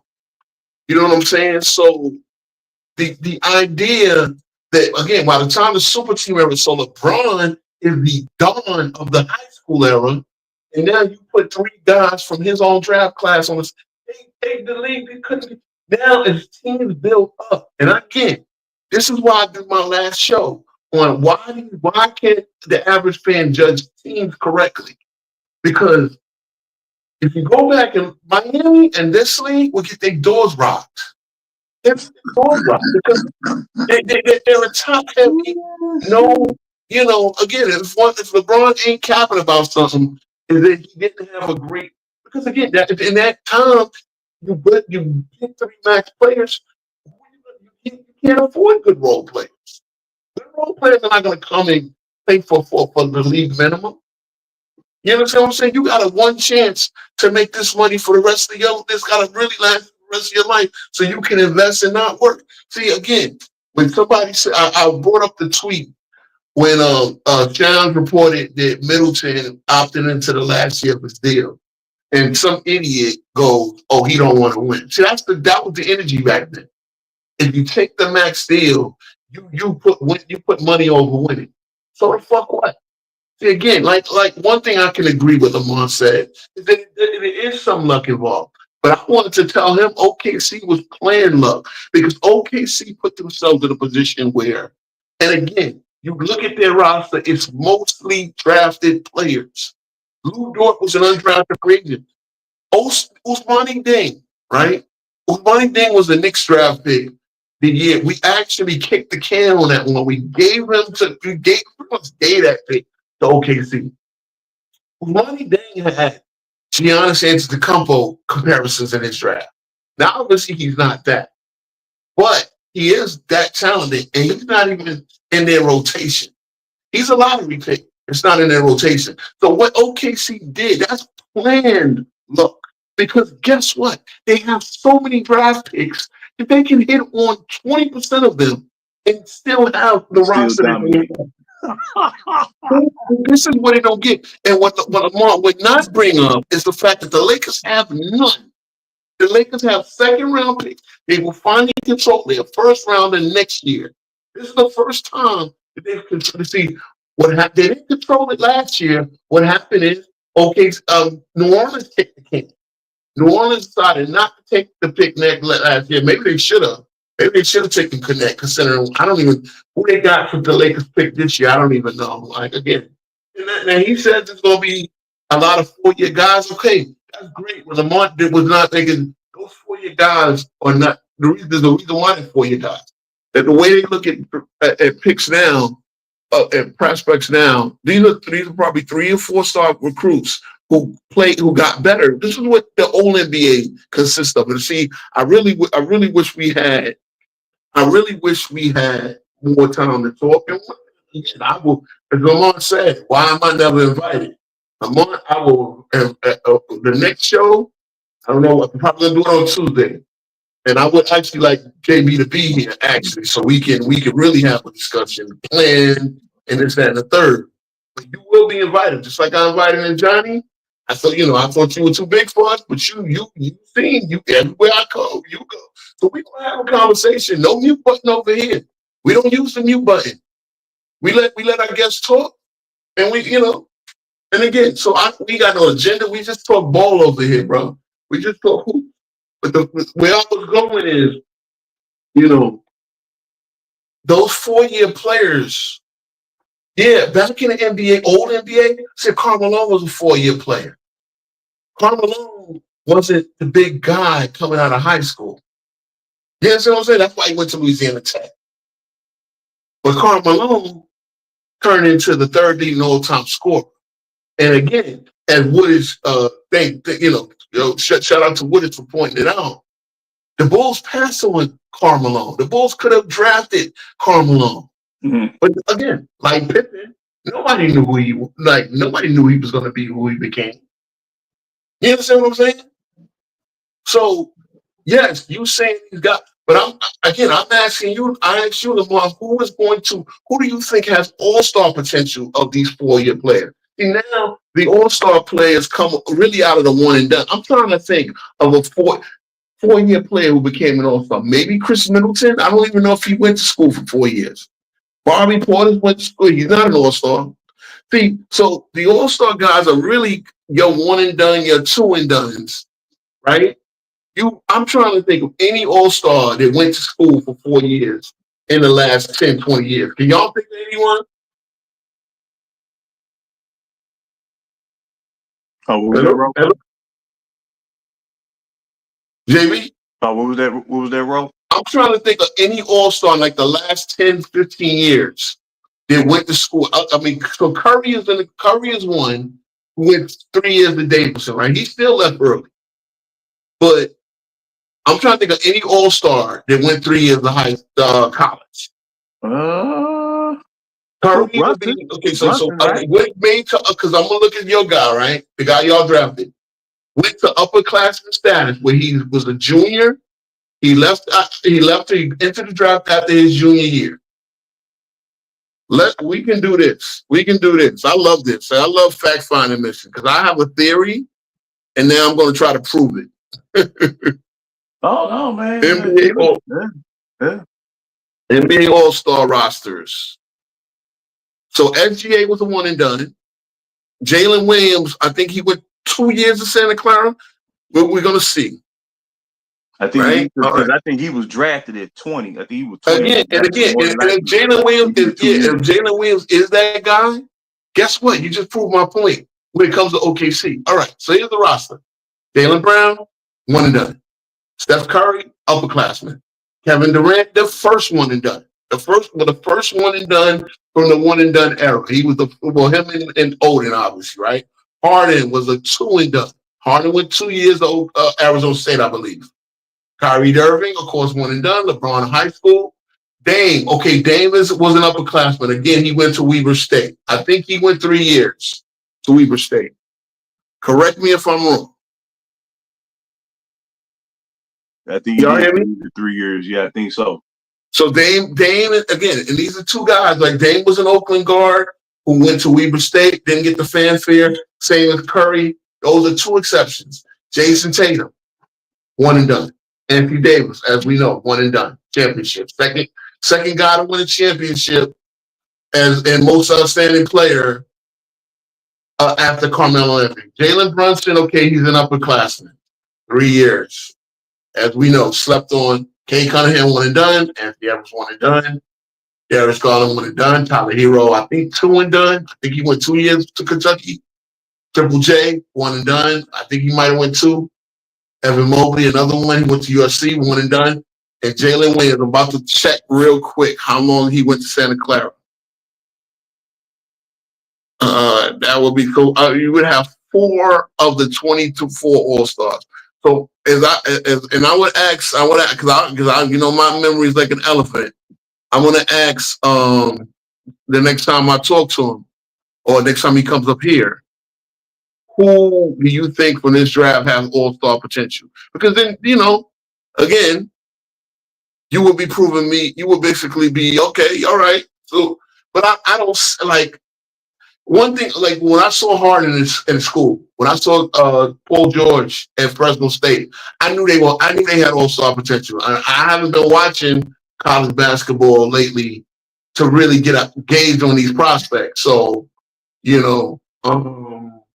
looking at Jalen Williams' college career right quick. He went to Santa Clara. I'm seeing if they're trying to get his college numbers. Shit. Damn, I should have just went to Wikipedia page. Oh, yeah, they got college stats right. Oh, so he's an upperclassman too. All right. So you got four examples from this current All-Star. And yeah, Zion on one and done. I mean, come on, bro. Come on. And again, team building, as we said, this is where he don't realize he proved our point. The fact that OKC had so many draft picks to gamble on. And again, you won a championship with a Jalen Williams at 23, 24 years old, still making his rookie salary. No, it's not luck. It's not luck. It's not luck. It's plan. I want to tell him. It's plan luck. You know what he also did? He tried to make it like the Giddey move was the key to they could have conceivably won with it. Because they got other defenders than Caruso. Caruso gives them a very unique defender where he can literally guard. He can guard off opposition. That who gets credit for guarding off opposition, but Caruso literally guarded off opposition. Caruso was with everybody from Halliburton to Joker. You know what I mean? Yeah. But Josh Giddey, they would have found a way to use Josh Giddey's talent. So you would have had 4 guys. Like he would again. Because that's one thing I thought OKC's problem was. When SGA goes to the bench, they don't really have an elite playmaker. They don't have a playmaker out there. Josh Giddey felt that role. So the idea that the Josh Giddey move was a championship, no, it was also Hartenstein. And again, that's something we didn't get a chance to say. Hartenstein, them being the only team significantly under the cap last year, Hartenstein was a slam dunk to them. That was the big move of the summer as far as non-sign and trade deals, right? Free agency move. And, it put them over the top. So he's saying the Chet Holmgren injury. No, they knew they needed a center. They knew they needed another big. If he hadn't got hurt this year, they probably would have won 70 plus games. Yeah. You got to think about it. That's the scary part. Now again, when we was talking about the OKC's, a shout out to CW last night. They were talking about who going into next year, who's going to be the main contenders, right? And I said, you heard it here first. The Lakers are not making the playoffs next year. If they don't make home run moves, and I don't see, again, tonight was a good move. This guy's going to plug and play. This guy is the one young guy from Coach Cal. Amu Thiero. He's going to be a plug and play because you know why? Because he has to. He has to. The Lakers don't have wing depth. They don't have size. He's probably going to play a lot of minutes at the 4. He has to play. You understand what I'm saying? Whether this kid is great or not, he's going to have to play. And so, again, I wanted to ask him, because that's the thing, I wanted to let you cook it. This is definitely your team. We were talking again. I want him to understand. I know he probably came and we was talking Lakers, but we talked the whole league. Again, when I want to talk Knicks, I'm talking Knicks. I make the Knicks the way I do is because during this whole period, they've given up darn near 20 drafted players. That's essentially a franchise. That'd be the NFL still team. Here. We're gonna give it all 45 players. We're gonna replace them. That's the equivalent. So that's what I'm saying, man. It's so extreme to where they see when they went all in with this dude. They went all in. It wasn't just like man, we'll trade this guy and that guy. No, we're gonna give it to everybody in sight. Bro, again, I don't just do this to get revenge on nobody. I do this to make a good show and talk.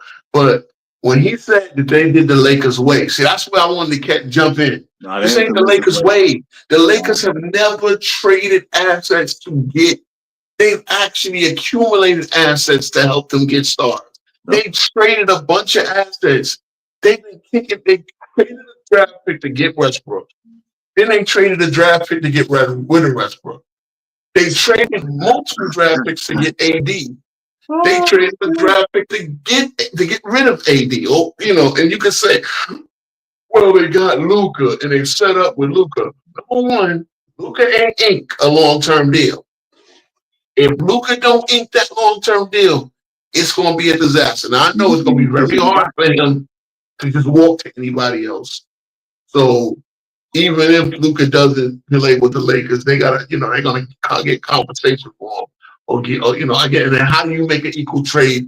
How do you make an equal value deal for Luka Doncic at 26, 27 years old?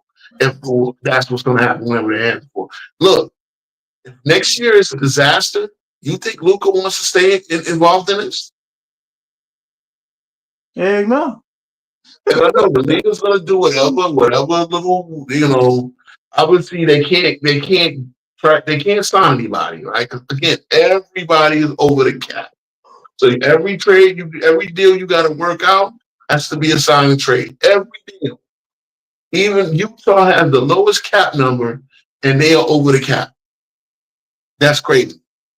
So now, and again, one thing I wanted to bring up with OKC too. OKC was a bad contract incubator. It's almost like so.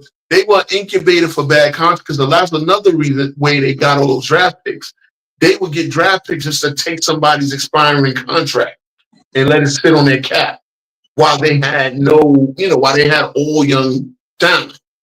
See, that again, I think he didn't realize that, again, that's the next thing. He didn't realize that we've been on this shit for years. We knew the YouTube. We ain't new to these streets.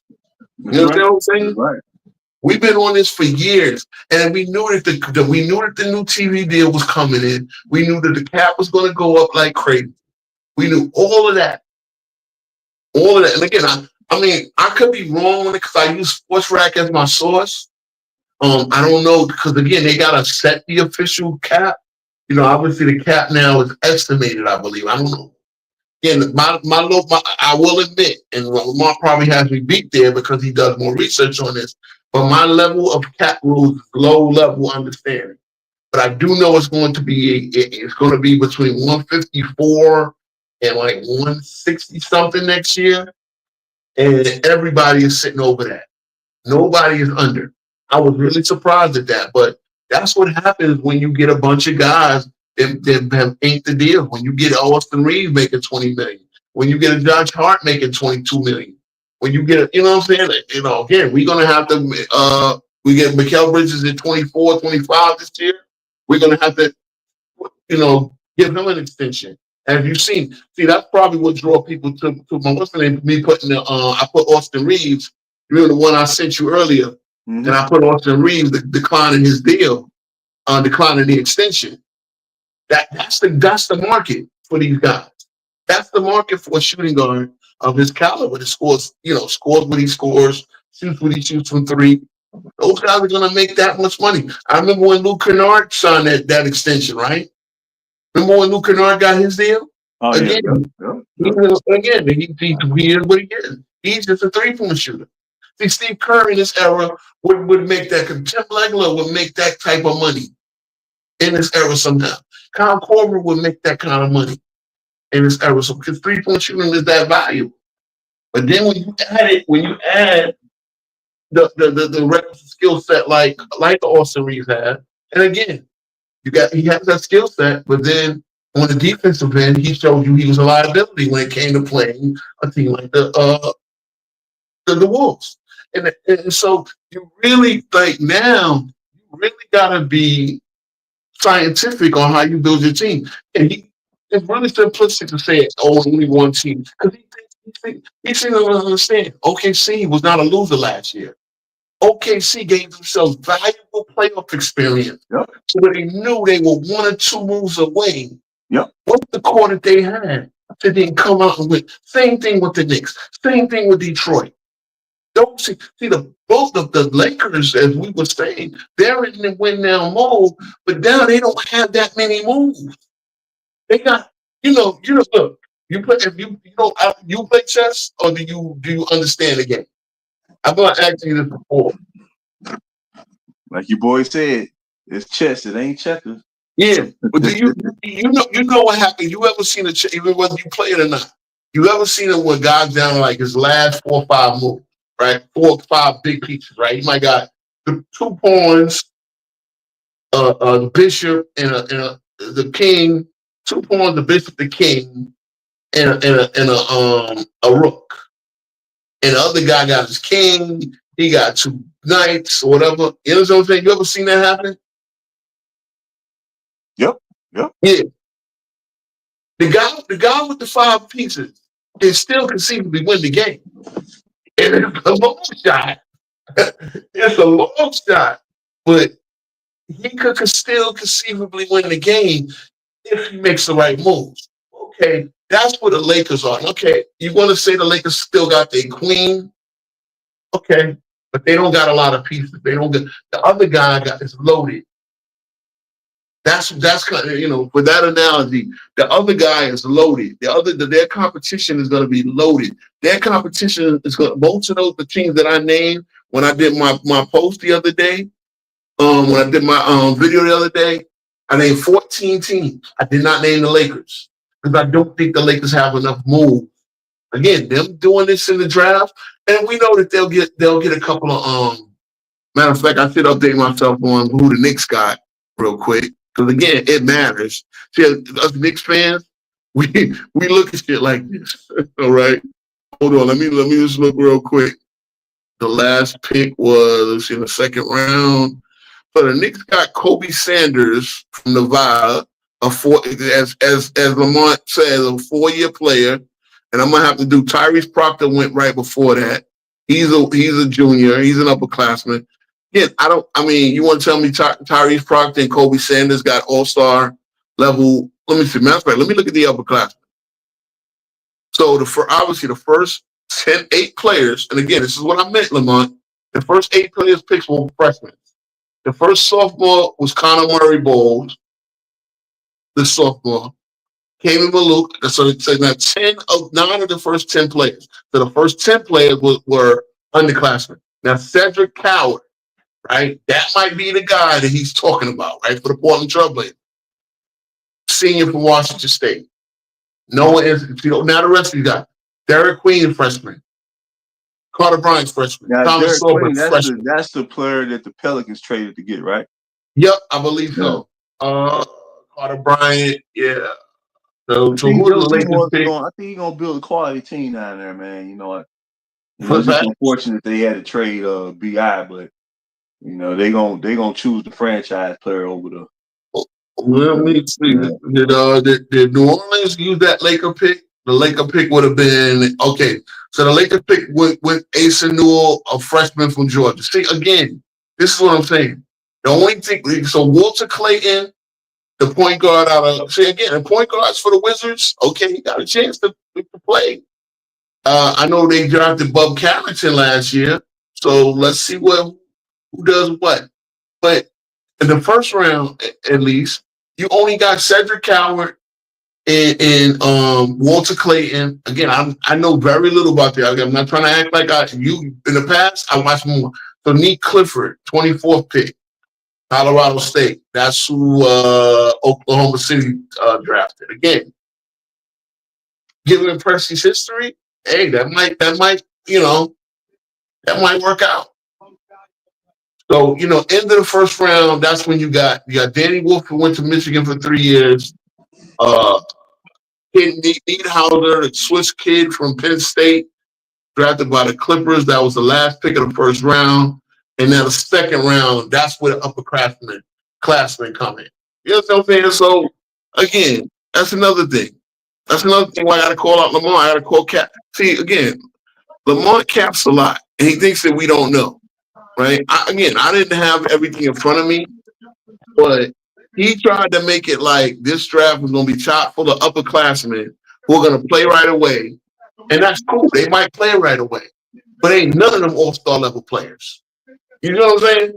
Yeah. And we looked, first of all, the 4 guys who were upperclassmen in college, they were all juniors. Steph, Jalen Brunson, Jalen Williams, and who was the other one? Oh, Dame Lillard.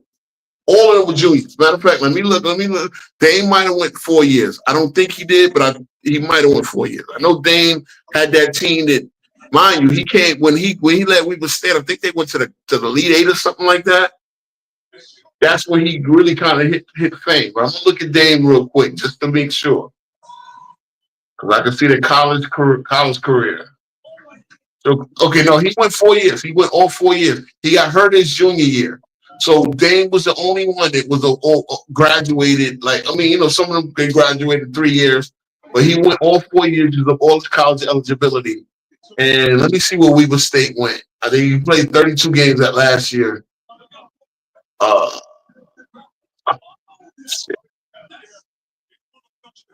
So, you know what I'm saying? Like, again, to sit there and act like this draft was chock full of college seniors that were going to, cook in the league. No, that's not going to happen. If Coward is an all-star, then good. Okay, this is a decent draft. Other than that, you had 10 freshmen, 5 of them probably will be good. You know what I'm saying? Yep. Obviously Flagg and the 2 Rutgers kids got the all-star. You would hope Kneppel at the 4th pick. Remember last year, Reed Shepherd was the 3rd pick. I don't ever expect him to be all-star. He might have a chance. I don't expect him to be all-star. What I do expect him to be is a solid pro who gives you a combo guard ability, elite shot-making capability, you understand what I'm saying? And a role player. and that's fine. That's not going to make him a bust. But it's you know what I'm saying. So yeah, man. Like I can say that this draft was a snooze fest. But then if you start learning about the players and you see them, okay, if I'm gonna watch summer league. That's gonna be my. I always like to get them before they get drafted, so I can know. Okay, this team made a good deal even right away. You understand what I'm saying? But sometimes you don't really, again, I didn't get a chance to watch any combine. Usually they have it on NBA TV.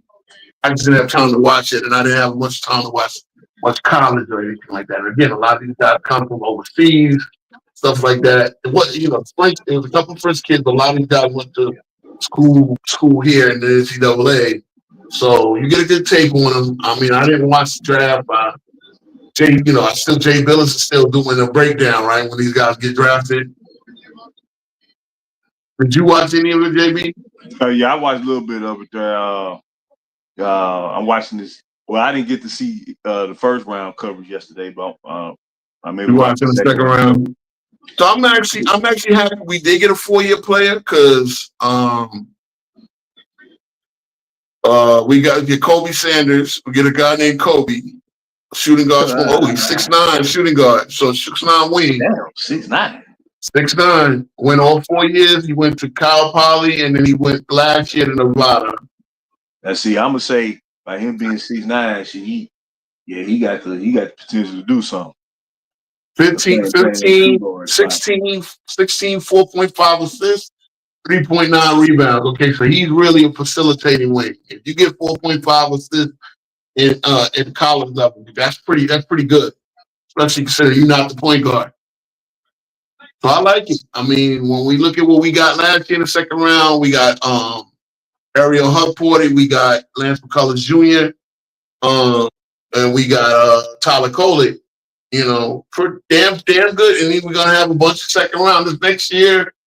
We're gonna have our first rounder. Again, we had to forfeit the second one because Dallas won, and they said we contacted Jalen Brunson too early, even though that's been done by every goddamn team. Man, stop it, bro. The Brooklyn news was announced before before the 6 o'clock. Remember that Sunday? That Sunday where Kyrie and KD announced they were going to Brooklyn? Oh, yep. That shit was announced by 5:37. Neither team cried for tampering. Golden State nor Boston cried for tampering. But meanwhile, Dallas won't cry for tampering. Come on, man. So we had to give up our second. Oh, Philip Fry. I dropped the link too, man. You want to pull up and speak. But we had Lamont FYF. I know you had a Johnny tweaking with FYF came on today, man. So if you want to pull up, Phil, we here. Yeah. So another thing about this CBA too, it's really a direct response to what has been transpiring over these past 15 years. Well, I just say over the past decade. So they say, you know what? Okay, we're gonna begin to weed this stuff out because it was just becoming so apparent what was going on. And it's one thing, like I said, man, if you draft a team, you build a team naturally, and they wind up blowing everybody out, and they dominating the field, become a dynasty, so be it. It's real. But if you sit and manipulate the system and shortcut your way and stack the deck, no, man, you can't be seen. See, that's another thing, like what Tracy McGrady said about, well, I didn't have this opportunity. I think a lot of times, if you're a superstar, and if you set the tone by you being a superstar, I think your team ultimately can even achieve expectations. If you coming up in there saying, man, I ain't got enough talent, I think the team is going to perform as such. But if you sit like Shaden, I think he had attitude like, man, I believe we can do this. We're gonna come together as a team. I'm the star. I'm gonna set the tone. And next thing you know, man, they raising the trophy. Same thing with Jokic. So I never believe you need to stack the deck to win. I never believe that. We done seen too many examples of teams that have done it traditionally without that. I just think the whole thing has been devalued and it's being built back up slowly. Again, teams that have been struggling for a long time, they back on the scene, and it's great for the league. It's really great for the league. No doubt. Quick programming note. Quick programming note. So Philip Fry said he didn't know I was coming. And again, I did say I was going to come on Thursday. What I'm trying to do shows on Tuesdays and Thursdays, right? GoCast, CW and them, CW probably hanging around, but they do their shows on Wednesdays, right? So I'll try to do a show on Tuesday and Thursdays. I'm trying to work with my man JB here, on his schedule. I know you either get Tuesday, Thursdays off, right? Wednesday, Thursday, Yeah. So I always try. So that's why I went to 2 shows a week. It's always trying to get my man JB on here. I'm trying to get my Ray Day. I'm trying to get him on. And when Robert I'm trying to get him back on. He told me his schedule was going to change. So I'm trying to get a little consistency here. But either way, I try to do 2 shows a week. And we come on Tuesday and Thursday. We try to do it between 9 and 9:30. We started like 9:20 something today. You know what I mean? Again, I got my own schedule. I got to put my boy to bed. You know what I'm saying? Things are going to be changing. I'm going to be in Brazil later on in the summer. But I'm going to still try to do shows while I'm down there. They got a whole different, make sure that at the hotel, the Wi-Fi is cooking. I got the Verizon 6G over here, man. So I got good internet at the crib.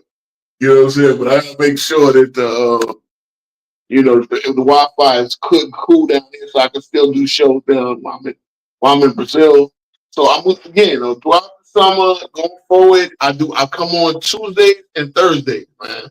So I know I promised you, I said, you wanted to drop the link. You asked me at the last minute. I told you I'm always willing to drop the link. We had FYF up here. Again, he was in the gym doing his shoot around, and he gave us time. And again, it's never. We always do.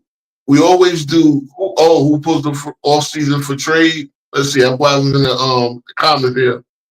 Well, I mean, they already started the trades. So I guess you talking about when we officially go into free agency.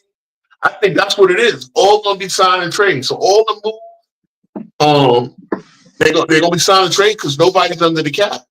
This is the first year I've seen where there's nobody under the cap. I mean, look, we had Kevin Durant get traded. We don't believe that's a big deal anymore. You know what I mean? But there's gonna be a lot of signing trades. I expected to see more draft day deals. Like I expected somebody big to get traded around draft day. They just made as far as I heard, they just made. I'm gonna be, Shams coming up on X. I'm gonna be monitoring him. Like I said, I'm looking at Shams right now. The Brooklyn Nets traded their 36th pick to the Lakers. So Brooklyn Nets traded their own pick to the Lakers. The Lakers again. Yeah, and that's the thing. That's the thing, Lamont, too. That's what I said. The hard cap, everything that has pretty much ended the super team era. That's why we say up here, we speaking up here, you got to look at how you really build these teams now because the hard cap, and again, that is punitive. See, one thing about OKC is they can't pay. Even with them winning the championship, we've seen the turnout at the parade.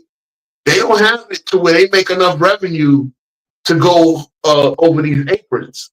So again, they're going to have to make a lot of hard choices coming up, which is why they talked about it last night on C-Dub's and on CW's on OCAST podcast. It's going to be hard to keep these trades. You got a 4 or 5 year window, and then you have to be able to reload. You're going to have to either draft new young talent, you know what I'm saying? But you're going to have to make a decision. OKC is in a position where a Jalen Williams could be the second best player on their team, still making his rookie money. And again, it's not top of the draft rookie money. It's the 12th pick rookie money. This is why it's important. This is why these draft picks are important. Now, I could be the Knicks fan that's a hypocrite, but I've spoken Knicks fans. Anybody from on ball is in the comments. Now, I've told y'all all year. I wish Fabian and All Ball and Flea was up here looking at it. I told y'all, fuck them picks. Because this year, 19 and 26, man, they did say that the French kid, Traore, was the fastest player in the draft. So again, he could, if I'm just thinking of a player comparison, he could be a 6'4" Tony Parker, maybe. Right? I didn't see him play, so I can't tell you that. That's what I'm looking at. I just looked at a quick scouting report. But I am not tripping about that. I'd rather have Mikal Bridges. The Knicks didn't give up any other significant player that we needed, and I said, fuck them picks. You understand what I'm saying? So I'm not the hypocrite because I think we picked a player that never missed games, a player that can be your third or fourth best player on a championship team. And no, the Knicks are not losers because the Knicks are in a position where they have a team that's a contender, should be a contender next year, bring back the 7, 8, 9 best players in the core, and can go back and win. You understand what I'm saying? Yep. Can go back and try and win. Now with the three major players, led Dame, Halliburton, and Tatum having Achilles tears, Achilles injuries next year, then you're not going to see them. So their teams will all be significant, and you got a more wide open field. You know what I'm saying? So this is my thing. Again, right? Some of it, as one thing we can't agree with, championships, even those Lakers championships, they were luck. Luck is involved. I know y'all were talking about Kobe and T-Mac and all of that, right? Again, there's luck involved. There was a luck involved in the Lakers 3P. This idea that Kobe and them won easily, they didn't win easily. Go back and I challenge all of y'all, bro. Oh, Philip Fry, let me see. I don't see you. If you click the link, let me know. If not, if you did and you see the StreamYard stream, just refresh your browser, whatever you're in. You might come back in, but I don't see you in there where I can add you to the stage. But none of the Kobe, okay, you want to tell me that 2001 was easy because they went 4-4-4 in the West? Maybe. You understand what I'm saying? But they weren't easy. And I challenge people to go back. YouTube, it's right there on YouTube. Kobe and Shaq interviewing each other. When they had to sit down, and thank God they had that sit down before Kobe left his play.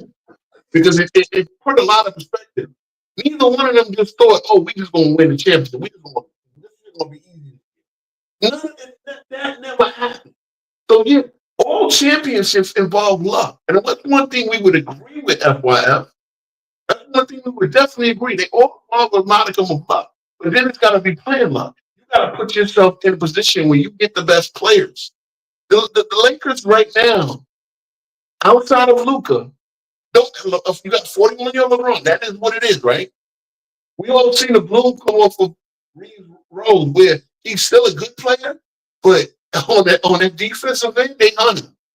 He was hunted. He was hunted by a team that didn't even have great point guard play. Think about that. And with the Ant-Man, the combination of Ant-Man, Noah, and what's the name? And what's the name? Daniels, they were hunting him. Luka is hunted. That's the thing. And who do you have? That's why wing that can take one on the team for those guys. That's why Reddick. That's why he panicked and did what he did, because he realized the same thing that Ham realized, that the roster that the media keep on trying to say they had, they didn't have when it was time to match up, and he freaked out, and that's what let him do what he did. Now, he has no coaching experience, and that showed too. But when you in heat of battle, like Kenny Smith say, in the playoffs, you find out who you are and who you not. So going to the regular season, in the regular season, oh man, Lakers clinch number 3 seed. They got Finney Smith to play defense. They got Vanderbilt. They don't need AD. Max Christie. They didn't realize how important he was until it was money time. And like I said, Tim wasn't even play that good. They played good enough to win the series and pull out the end of them games. But that first game, you knew after the first game, you knew that the series was over. And then Lakers tied it up 1-1. Just try to force the pride. Then after that, man, that was pretty much it. All right, so I just put the link up there. I don't know if it can see. I went okay. I don't know if it goes to my YouTube or if it goes to GoCast Podcast. Phil Fry, I believe you come in on my channel, Kings Beach Road. If that's the link, if you don't see it in the chat that you're in, then you would have to come over to GoCast Podcast if you want to click it. Now, if you can write that down real quick, if you can write down those numbers from StreamYard.com, then the link is there. You know what I'm saying? But there was another thing that FYI said. I forgot. Damn, I forgot. I was forgetting. He said something with, and bro, we know. I mean, we don't know everything. There's certain things I always say. That's why I don't come up to always debate. I come up to have conversations because there's things I might be mistaken on.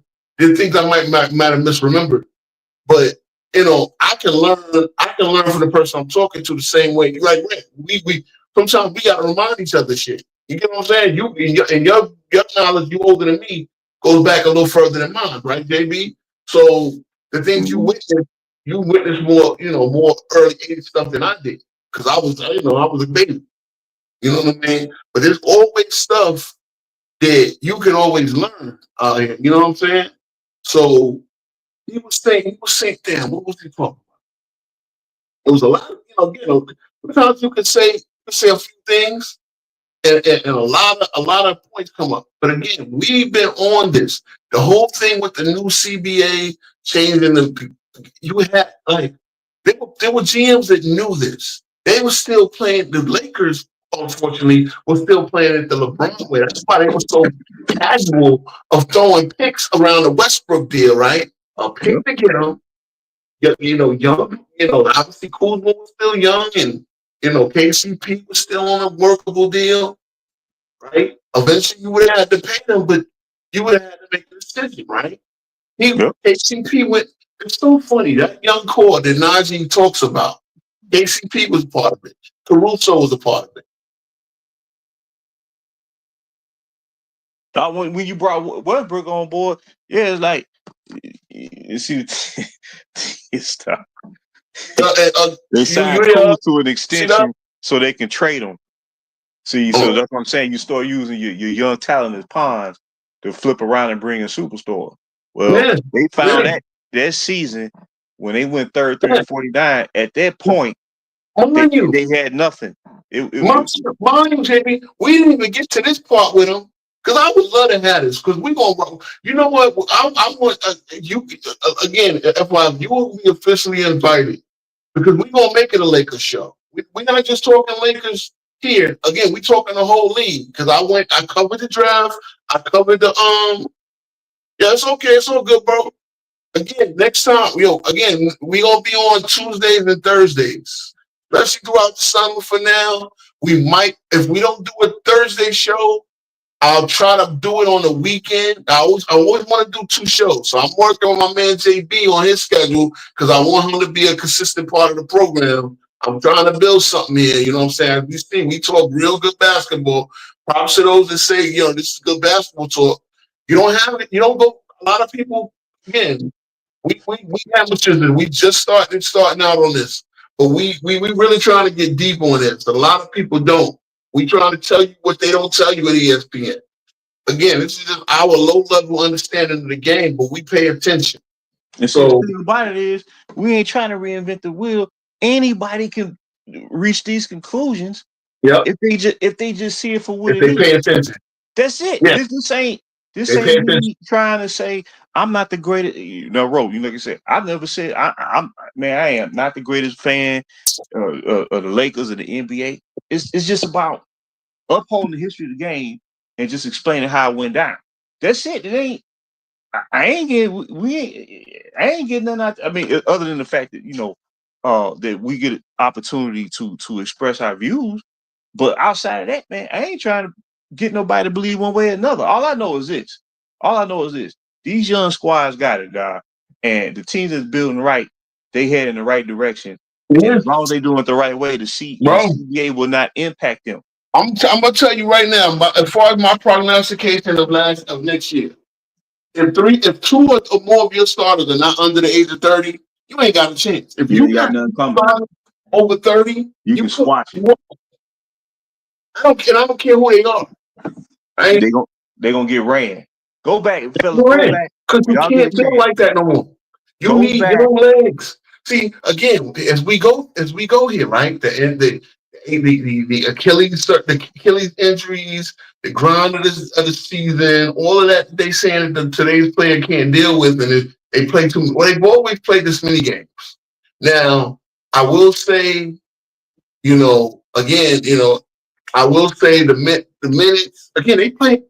Think about this. Kobe used to play 44 minutes a game. I'm looking at his playoff numbers like yesterday on F5's channel. He played 44 minutes in these playoffs. That means he got 4 minutes on well, you'll probably get 2 minutes a quarter. I mean, I have to sit down. Played 44 minutes, and he played 80 games every year.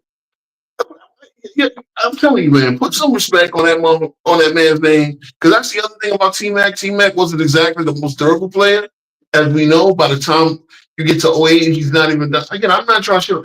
T-Mac was a bad. The T-Mac from from age 21 to age 27, 28, 29, that was the Hall of Fame career right there. From 21 to 28, T-Mac was a bad mamma jam. Ain't no doubt about it. I'm not going to try to, I'm not going to bring he never got out the first round thing, because the circumstances surrounded that. Put him on if he was in better circumstances, not playing with Andrew the Clerks and the Mikael Pietriches of the world, right? He would, Michael Doliaks of the world. Mac was carrying that team to the playoff level by himself. It was 1 year they won 21 games, and he won the scoring title or something like that. You can't really fault Mac for that. But again, he was a bad. He could win games by himself. He was that good, But now these players are not as durable, and so again, you're gonna need a lot of young legs just to make it through the season, bro. See, that's the thing. God dang it, bro. I'm glad you brought that up. This is what I'm saying. Mm-hmm. See, there's always a point of realization, or what they call a moment of truth. And I guarantee, like I say, what we didn't realize what we had in terms of the front office or whatnot, or the fans in general with the purple and gold, they didn't realize. They looking at it like, man, shit, we gotta win now, man. Shit, screw. They're only 19 years old. They gotta win. What they didn't look at it is, this is a perfect opportunity to really do something revolutionary. And then, okay, then we could talk about winning like we normally do. But I guarantee you, Sam Presti studied this like a freaking surgeon, all the way down to the nub. I guarantee it. And while everybody was, now remember, Roland, we mentioned it to Lamont, they was cracking jokes about Sam Presti. They would tell him to step down. Why you gonna get all these drafts? Why you gonna trade Paul George? Why you gonna trade Westbrook? Why you gonna trade CP3? Why you gonna trade all your best player? Because he saw something that's about to trigger and pop off in the NBA. And so that's what I'm saying. A lot of times, like the majority, we're conditioned to embrace the status quo. But there's always someone out there, man, that see a whole nother dimension. He saw that, and I'm telling you, man, he's in such a good spot to where if he just wanted to go for the kill shot, just say, you know what, if he just want to flex, he in position to do it. Now, what I mean by flexing, if you just want to empty the cupboard and say, okay, we're gonna go for 82-0. Well, he in position to do it. No, they ain't gonna do that, but I'm just saying, like, theoretically, if he wanted to, he could. Yeah, so, I mean, they're gonna be good for a while. And they're gonna be good for a long time. And every team out there is building up the right way. This is what you want. You want to be in a situation where, yes, you want to win a title, but the first thing you want to do is solidify yourself as a contender year in and year out. And that's it. That's what you want in this era. If you try to go for broke, look what KD goes to Phoenix. He tried to do what LeBron do. I'm gonna clear everybody out. I'm gonna get the coach I want. Next thing you know, man, you get swept in the first round to the Ant-Man, and you don't even make the playoffs. Lakers did the same thing 4 years ago. You get dusted in the first round, and then you don't make the playoffs. So what I'm saying is, it's the reason why this is happening. This is not an accident. Not at all. You cannot exempt young talent. You can't do it. Not at all. I applaud every, like I said, what the So- Knicks doing, man. I love what the Knicks did. I love what the Pacers did. I love what Cleveland did. Orlando. There's so many teams out there, man. Like you said, real quick, baby, read the screen because he's gonna pull back up, and we're gonna take turns, and we're gonna try to keep it to like a minute, 2 minutes, 2 minutes at a time talking. I'll listen. I'll keep my mouth shut. Yeah. So whenever I'll drop the link again.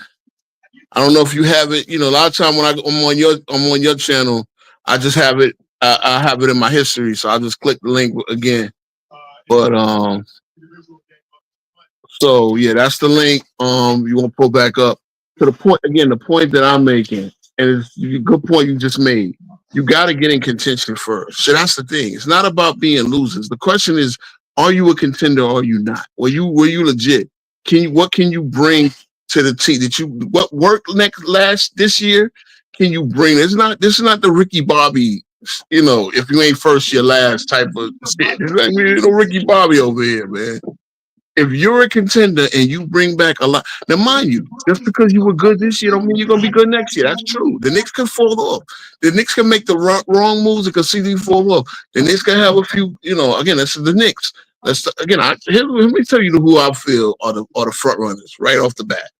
Before we do anything, again, I'm happy that the Knicks made a pretty good draft pick. We got a 4-year guy. He looks versatile. Kind of what we need. So it tells me the direction the Knicks are going, because we know we need it. We need these wings. Wings are the wing.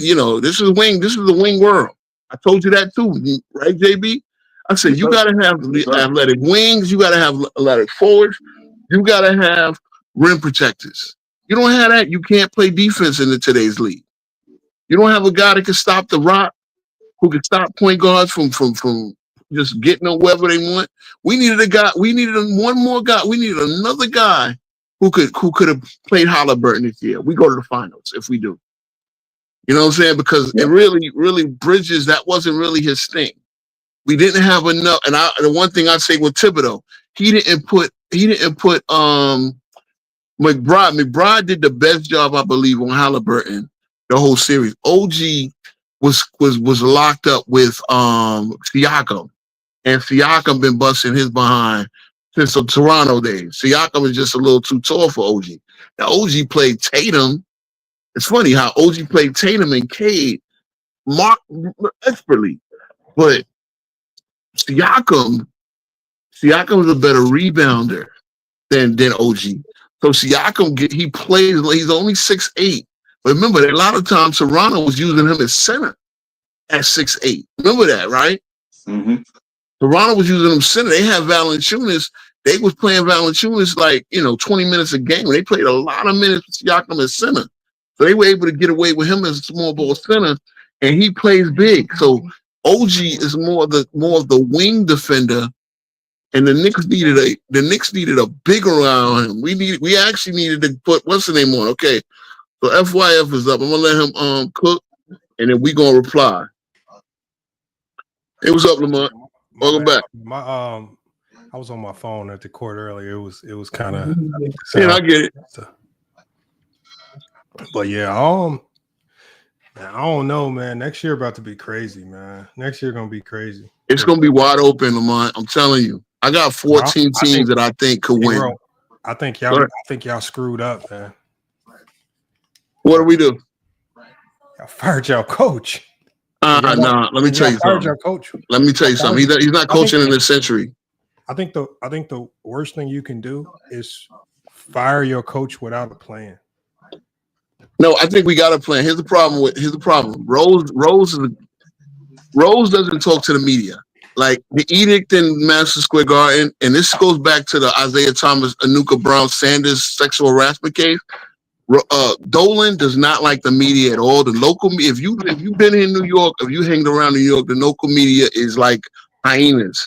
So they really, really like drug Isaiah through the mud, and so therefore, really, no Knicks GM talks to the media.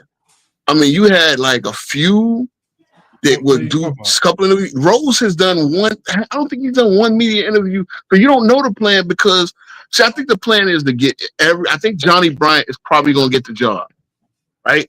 And the reason why we fired Tibbs is because, again, as the player said, we didn't know our role. And I think, again, he was a little too hands-on. He didn't let his assistants like put a anything into. So no. I think the technical part of it is okay. Yeah, Tibbs wasn't the perfect coach. That's like the technical part. Yeah, he had flaws. What I'm saying is, going into next year, you've already went into the NBA draft with no coach. You're about to start summer league with no coach. I think we're going not a good. This is the making of how teams have disaster seasons. I got you. I said, but remember, I addressed this about a week and a half ago. Look, if you look at my channel, I said King Rowe breaks his radio silence about the Knicks head coaching thing, because I actually tried to gather. Again, the fact is they don't talk to the media. Rose does not talk to the media.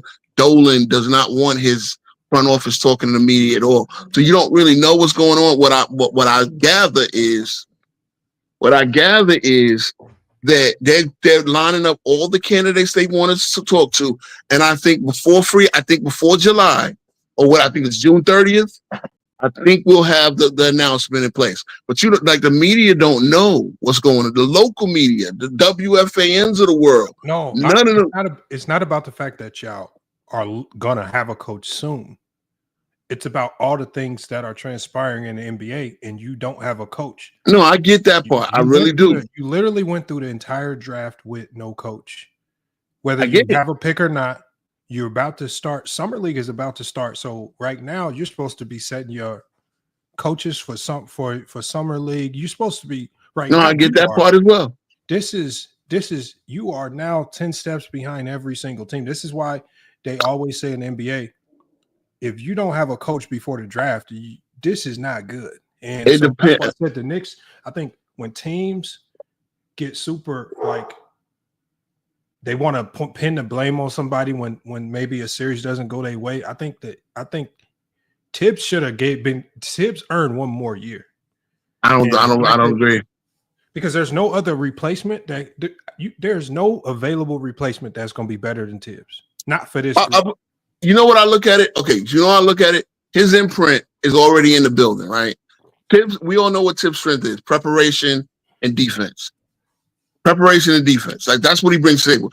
Offensively, I think the Knicks are looking for the best offensive philosophy out there. And it's almost like I'm not saying we're Golden State, but it's almost like when Kerr came in, they didn't change anything Mark Jackson was doing defensively. They made a few offensive wrinkles, but defensively, and that's what Mark Jackson brought into the building. Why I still give him credit for that dynasty, because if we know Golden State had how many Hall of Famers from the 1976 into 2015? That's 39 years that they didn't make the conference finals with Chris Mullin. You know, I know Mitch Richmond only played there 2 years. Had the best shooting backcourt in the NBA. Okay, and that was also developed by that was developed by Mark Jackson. But again, bro, they've had great backcourt. Monte Ellis and old boy Baron Davis. I don't like comparing this to other teams. Okay. I'm saying I got what you mean. Like your offense is gonna look very similar no matter who's the coach, because Jalen Brunson is gonna be your lead guard. He's a ball dominant. But see, if you bring in a different coach with a different philosophy, they'll put wrinkles in that makes Brunson get. See, again, one thing I've said all year, I said Knicks fans, and I said to anybody that talks Knicks, we run the slowest pace. That's the problem right off the bat. How many times I said, Brunson, why the hell are you bringing the ball up 17 seconds left? Now we got less time to run a play. We need one coach that's going to say one thing. Jalen Brunson, JB, get that ball over the court, over the timeline in 20 seconds, 21 seconds. If you're not going to do it, I'm going to put the ball in somebody else's hand. It doesn't. We actually ran the best offense when it's Josh Hart bringing the ball up, because Josh Hart is always, every time he gets the ball, he's trying to run a fast break. Y'all were good. I'm not saying y'all were bad. What I'm saying is Karl-Anthony Towns had probably the best year of his career this year. And he could have a better. Brunson was looking like one of the most clutch players. Like when you look at your stars, y'all stars did what stars do. Like obviously things didn't go your way at the end, but like you say, like I was just talking with the Lakers, it don't mean you tear the house down because things didn't go your way. And we didn't. See, the thing is, we're bringing the roster back. Fired your coach. But see, the problem is, because guess what? The players mute. The players mute. For the house. Okay, do you know what? Did you hear what happened? Right, Dolan, Rose, and the top 9. Not it wasn't the guys that ain't gonna come. The guys that are under contract now that sat in a meeting, no Tibbs there, and they asked what do y'all feel? And the majority of players said we didn't know what our roles are. I mean, we can guess who they were. I guarantee you one of them was Karl Anthony Towns. Now, probably to know 2 of the know. I think Bridge. Hold on. This is just me thinking. I want you to think about this, King Grow. Go ahead. That is so backwards. Why? Because first of all, so now this is how you know it's a broken organization. Y'all chain of command is all screwed up. It's pretty clear. They go to the players. Almost every team in basketball history, players are going to have gripes about the coach. Like it's just like, and you make your decision solely based on players being unhappy with Rose after you. It's more than that though. It's more than that, Lamont. See again. See, I don't know. I'm not. Ask where you live, but here in New York, organization. No. I'm telling you, here in New York, and again, we got 2 major radio stations, right? We got like 7. Knicks Fan TV does it. If you follow Knicks Fan TV, my man CP is probably going to be mainstream real soon. CP the franchise. These guys got. We're now at the point where YouTube is where you go for Knicks news, right? But also from what we understand is Dolan didn't love Tibbs. Dolan, signed off on the move, but he was never a Tibbs fan because guess what? Dolan don't like Van Gundy and Tibbs the Van Gundy guy. But Tibbs did the job that he needed to do. He changed the culture here. He finally got the Knicks playing defense for the first time since Van Gundy. But the problem is now offensively, and again, like that one little wrinkle that I said, JB bringing the ball up 17 seconds. You gotta play a faster pace in this NBA. No, it's not because you're saying that it's not broken. The one thing I've learned while coaching is your offense is only going to be as good as your personnel. The thing is, Jalen Brunson's identity as a player is his identity. That's always. And guess what? Then he gets moved off the ball. This is basketball. As a coach, you don't pick the offense. The players dictate the offense. The players that you have dictate what type of offense you're going to get it. And so when Tibbs saw, okay, I can't go super deep in the bench. No, I have something really good in Jalen Brunson. I have something good in Karl Anthony Towns. How do I maximize them both? And obviously, you have to play a slower pace so you don't burn your guys out if you're not going to go 10 deep on the bench. And I don't think you had a run. And that's part of the because again, that's the next part. We actually had a pretty good draft last year. Tyler Kolek was the leading. Again, people might think, oh, Tyler Kolek, but guess what?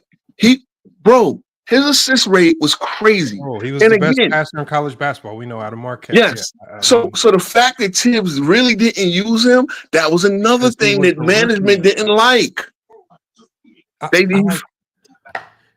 Okay, so calm down here. In the Eastern Conference Finals is what would have been the solution. No, I'm not saying that.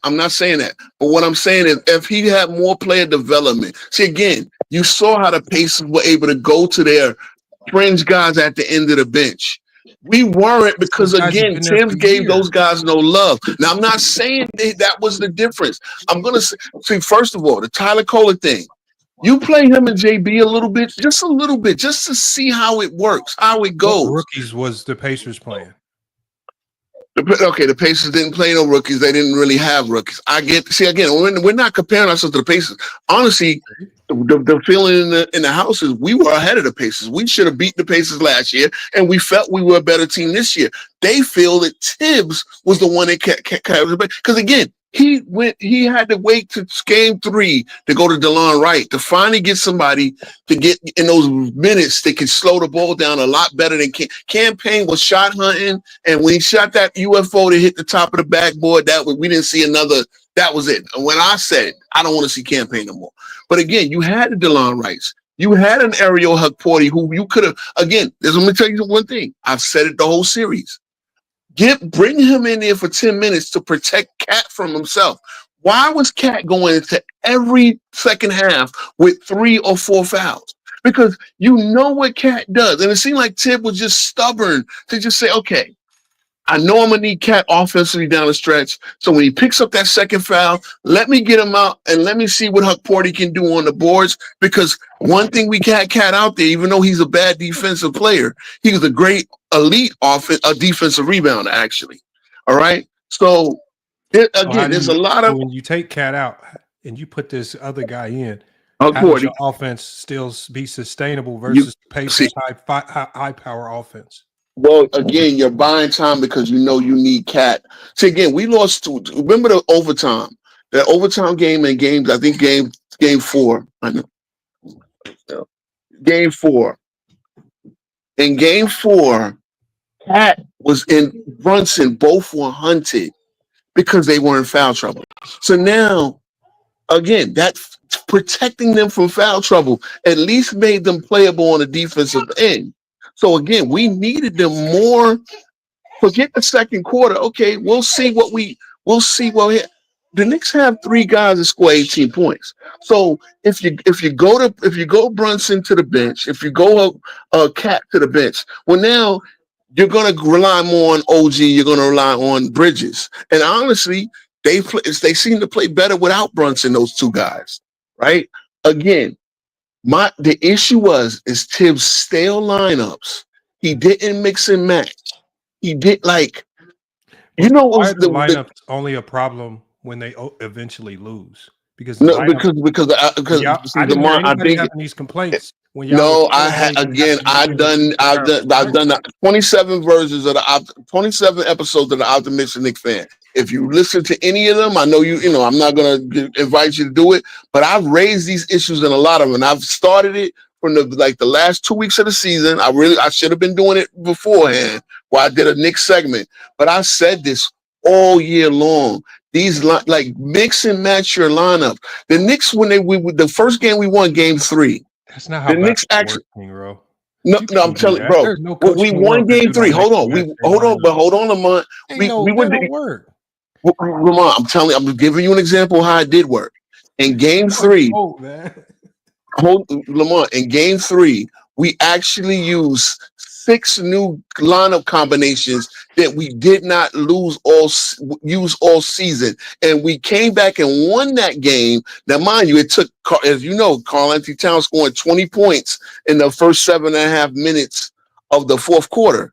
Right, but we actually used in that game. We used 6 to avoid going down 3-0. We used 6 or 7 different lineup combinations that we didn't use all season. So guess what? Using different lineups would have worked. It would have worked. Only won that game. Y'all didn't win that game because of the lineup changes. Y'all won. No, yes, we did. Yes, we did. Y'all won that game solely because Karl-Anthony Towns went ballistic. Y'all were on the verge of going down 3-0, and I don't care. And the lineup were not doing nothing. Karl-Anthony Towns went ballistic and gave y'all a chance. It had nothing. See, you're not. See again. I know your best players win playoff games, not these rotations and stuff. Sometimes sometimes a role player can get you. Bro, this is why y'all shouldn't have fired Tibbs, man. No, I think we should have. Because you were saying something about the Lakers not making the playoffs. I mean, because you was just criticizing the Lakers for making drastic moves, and it's just like, well, in your own backyard, y'all made the most drastic of all drastic moves. That was just people were saying this is one of the worst fires in basketball history. That's how crazy. Then they're idiots. I'm gonna tell you this. And they don't have their fingers on the pulse. Wait a minute, y'all fired Darvin Ham off of. I'm not a Lakers fan. I know. Okay, the Lakers fired Darvin Ham off of a conference finals run and then a in-season tournament. So whatever that means, whatever it means. Now, The And I Lakers said that went. was Hold on, the Lakers firing. did the same thing. Hold on, and I And I see said it was how it dumb. worked out. And I said when they fired Darvin Ham, I was one of the only people saying Darvin Ham was unjustly fired. But we just agree. like I'm saying with Tom Thibodeau, yeah, I think they are See, no. They fired Tibbs to just put the blame on somebody. Okay, you realize in 5 years we made the playoff 4 years. Great, that's more than what the Knicks have done. I said this. Let me tell you this. I'm gonna say this again. What I said to all Knicks fans. Just because you hold on. Just because you put a 6 in a room full of 2s, don't make the 6 Miss America. You understand what I'm saying when I say that?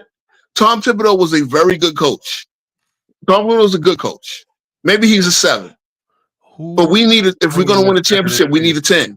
We need an 8 or 9 at least. And we don't. We feel that there's another level. It's not that he was unjustly fired. Now you realize he lost 4 times in the playoffs with home court advantage. No. Okay.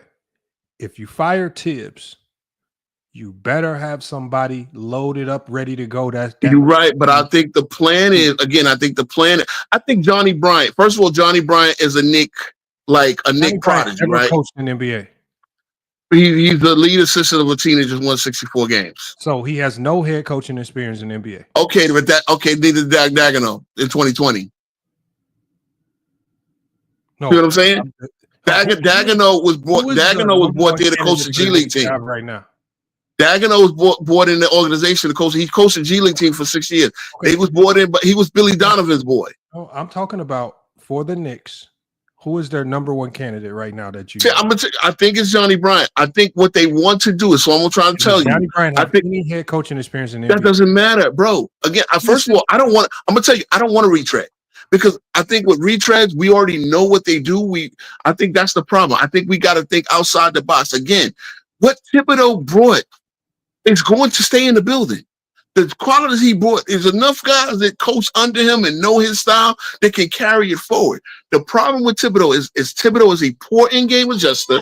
He makes no in-game adjustments. They had to start telling him to play. See, the thing, you say the lineups didn't count. I say it do. I say it did because it really kept the game and score and punching distance. I get it really kept them because they were killing us.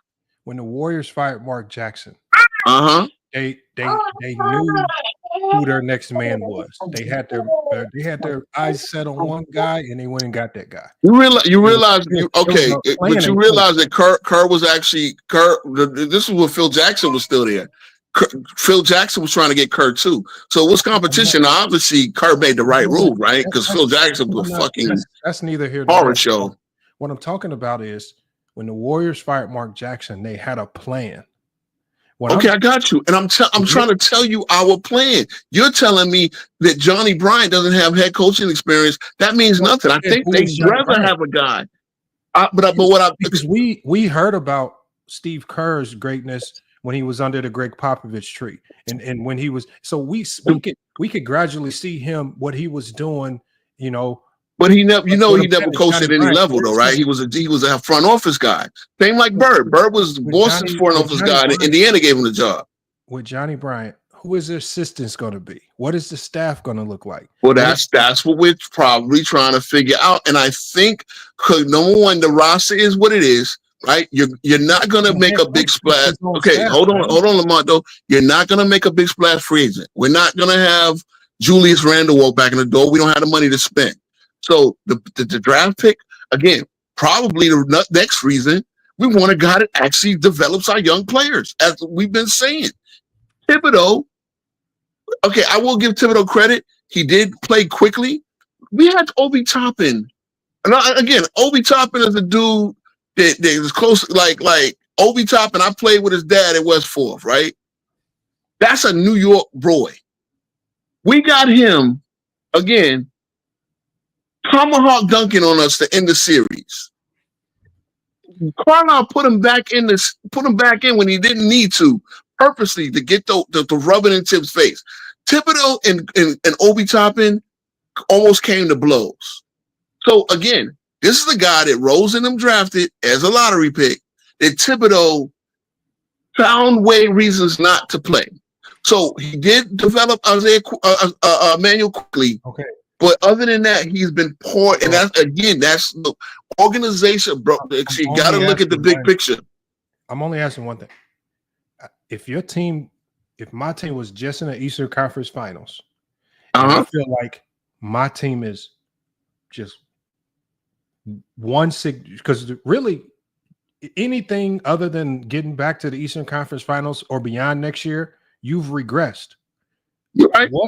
And I look, the Knicks are my front runners for the East. I want you to give me your coaching selection that's going to push the Knicks, if they can stay healthy, over the hump. I'm gonna say Johnny Bryant, and I'm gonna say probably 2 or 3 other these guys. See, again, the Knicks are gonna go the prodigy route. Now, if they could come out of the box and hire Danny Hurley for all I know. Again, I still like that over Tibbs because I like people that coach in this centuries. Tibbs is too archaic. I got sick of, bro. His substitution pass. Another reason, like you knew when Karl-Anthony Towns was coming out, so people would start hunting Karl-Anthony Towns to get him that second foul. These little things, bro. You just said it. Little things is what went like the luck that OKC had, right? Little things can make or break a team. Team started. They knew that Karl-Anthony Towns would come out at 2 minutes to go in the first, whatever it was. Everything that you're talking about is just the play. Karl-Anthony Towns for his entire career has been foul trouble prone. We get it. So now you need a coach that understands, okay, look, I know that he's prone to this. So I have to guard against it. I have to make sure that this center, when Karl-Anthony Towns gets that first stupid foul, as we know, Barkley asked him on television, why do you pick up all these stupid fouls? And he gave a goofy ass answer. Guess what? We know he does it. Now we need the guy that can protect him from himself. Okay. Let me not play Karl-Anthony Towns 8 minutes, no matter what happens. If he gets that first foul, let him sit there and watch the game because I really need him for the second half. I need him to have 2 or less fouls going into the second half. Go ahead. Because Karl-Anthony Towns is a rhythm player. All you're doing is icing one of your best players. But you already seen, like he had 4 points and 4 rebounds in a must-win game, and he showed that he can heat up for 20 points in a quarter. I've said this. Again, look, shout out to Thibodeau, because Thibodeau has technically gotten the best 2 seasons out of Karl-Anthony Towns. You can look at it, the seasons he played for Thibodeau. But again, it's odd to me that you criticize the Lakers for making drastic moves. It's a completely different story. It's a completely different scenario. Because I'm going to tell you why. Because of the Lakers situation. Tibbs was. And especially if you're an old school guy, because what Tibbs does as a coach, is it not popular? But do I respect it? Yes. Is players not going to like it? The Knicks had to be coached that way because he had to find a way to maximize the talent out of a whole bunch of players. You're right. See, one thing. People criticize Tibbs for running players into the ground. I never bought that. What I said was there is no special offense that you can create that's going to make this Knicks team any better. Offenses are basically, I'm going to tell y'all, So let's start there. The one thing I learned when I started coaching is that the most phony thing in basketball is a play. Plays 95% of the time, unless you're talking about an ATO, don't work. It just comes down to read and react. Most plays don't work. It comes down to just basketball IQ, read and react. Of course. Your players doing what they typically do most, which is Jalen Brunson. Of course. To the end of the shot clock. Of course. But guess what a head coach has to do, Lamont? A head coach has to almost mix it up like a pie. It's almost like a recipe. He has to get the most out. See, what I'm telling you is the issue with Tibbs is not playing different lineups, different combinations, being so predictable to the point where, Carl picked up that first foul. Let me run a play at him. Let me run something to get that second foul on him. Because more than likely he's gonna put. Let me run some more. And they would do that every single time.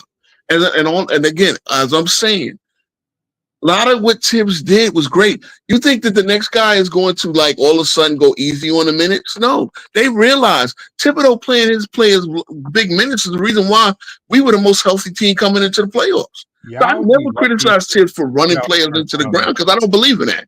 As I just said, Kobe in his championship year was playing 44, 45 minutes, both in 42 in a season, 45 in the playoff. And now these guys are whining about playing 36. Hell no. Who's complaining about playing 36 minutes? A lot of players. As I'm saying, a lot of players. Bro. Okay, see, I know that's this narrative. A lot of guys think 37 minutes is too much. Give me one player. Let's go. Okay, let's put it to the Knicks. The Knicks play. Thibodeau had to defend himself by saying, "Hey, my guy's only playing 36, 37 minutes. We're not." Matter of fact, no. Okay. Forget. You're right. It's not the players. Hold on. It's not the players. It's the media through the players. Okay. 37 minutes is considered a lot in this day and age. I'm just telling you. What players were complaining about playing too many? I've never seen that in basketball. Again, you're right. No, most players don't. So first of all, if I agree with that, then where does this Tibbs run players into the ground narrative? But wait a minute, right? Because one of the things that people hold on. One of the reasons why, hold on, Lamont. No, you say one play. No, let's put it this way. Joel Embiid, because Joel Embiid is one guy that said when the Knicks were talking about getting him, he said, "I would come to New York, but I don't want to play for Tibbs." Kevin Durant didn't want to play for Tibbs. So those are two. You got to stop comparing the Knicks to everybody else. Y'all are not everybody else. No. I'm telling you, the players. First of all, the perception is Tibbs is too much of a taskmaster that is not popular with players. You realize that, right? There's certain star players said they would never play for Tibbs. The whole idea that they still think he hurt Derrick Rose's career, and I felt that to be bullshit. I love this player empowerment era where you can get a coach fired because you want to cry about substitute. No, see, we're not doing that, Demont. We're not doing that over here. I'm telling you the perception versus the reality. That the perception is there. First of all, to win championships, you need a hard-nosed coach that's going to hold players accountable. It depends. Both players, coaches have won, and hard-nosed coaches have won. Likable coaches that have the most success. I get it.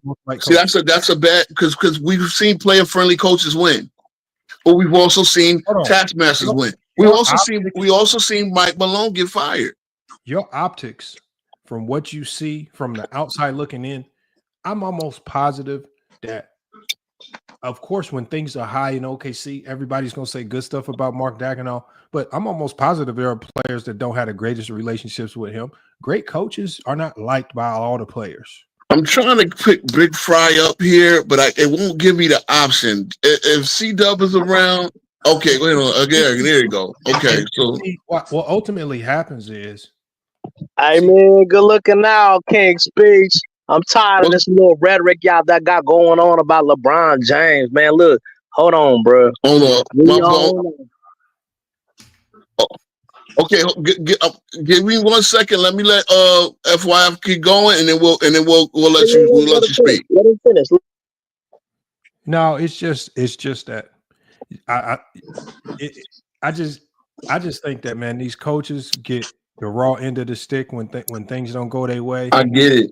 And I think Tibbs, who took this team farther than they should have ever gotten with this roster. So you underestimate the roster then. That's the problem.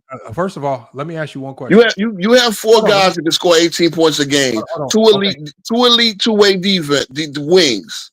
And then Josh Hart. You telling me that that's a bad team? You telling me that's not a contention team in this league? What I'm saying is he maximized.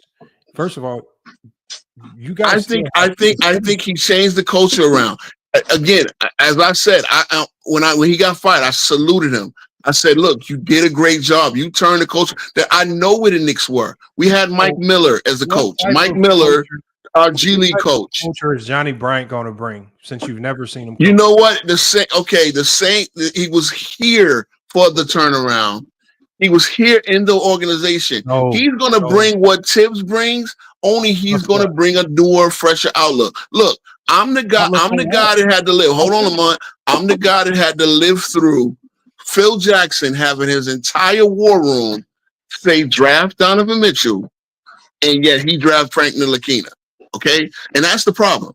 I think Thibodeau had a lot of that Phil Jackson in him, where, hey, you don't realize that coaching in this era is more of a team thing. You got to listen to your assistants. Your assistants can bring. He was more of a dictatorial type of leader, and that was one of the reasons. But again, his system works to a point.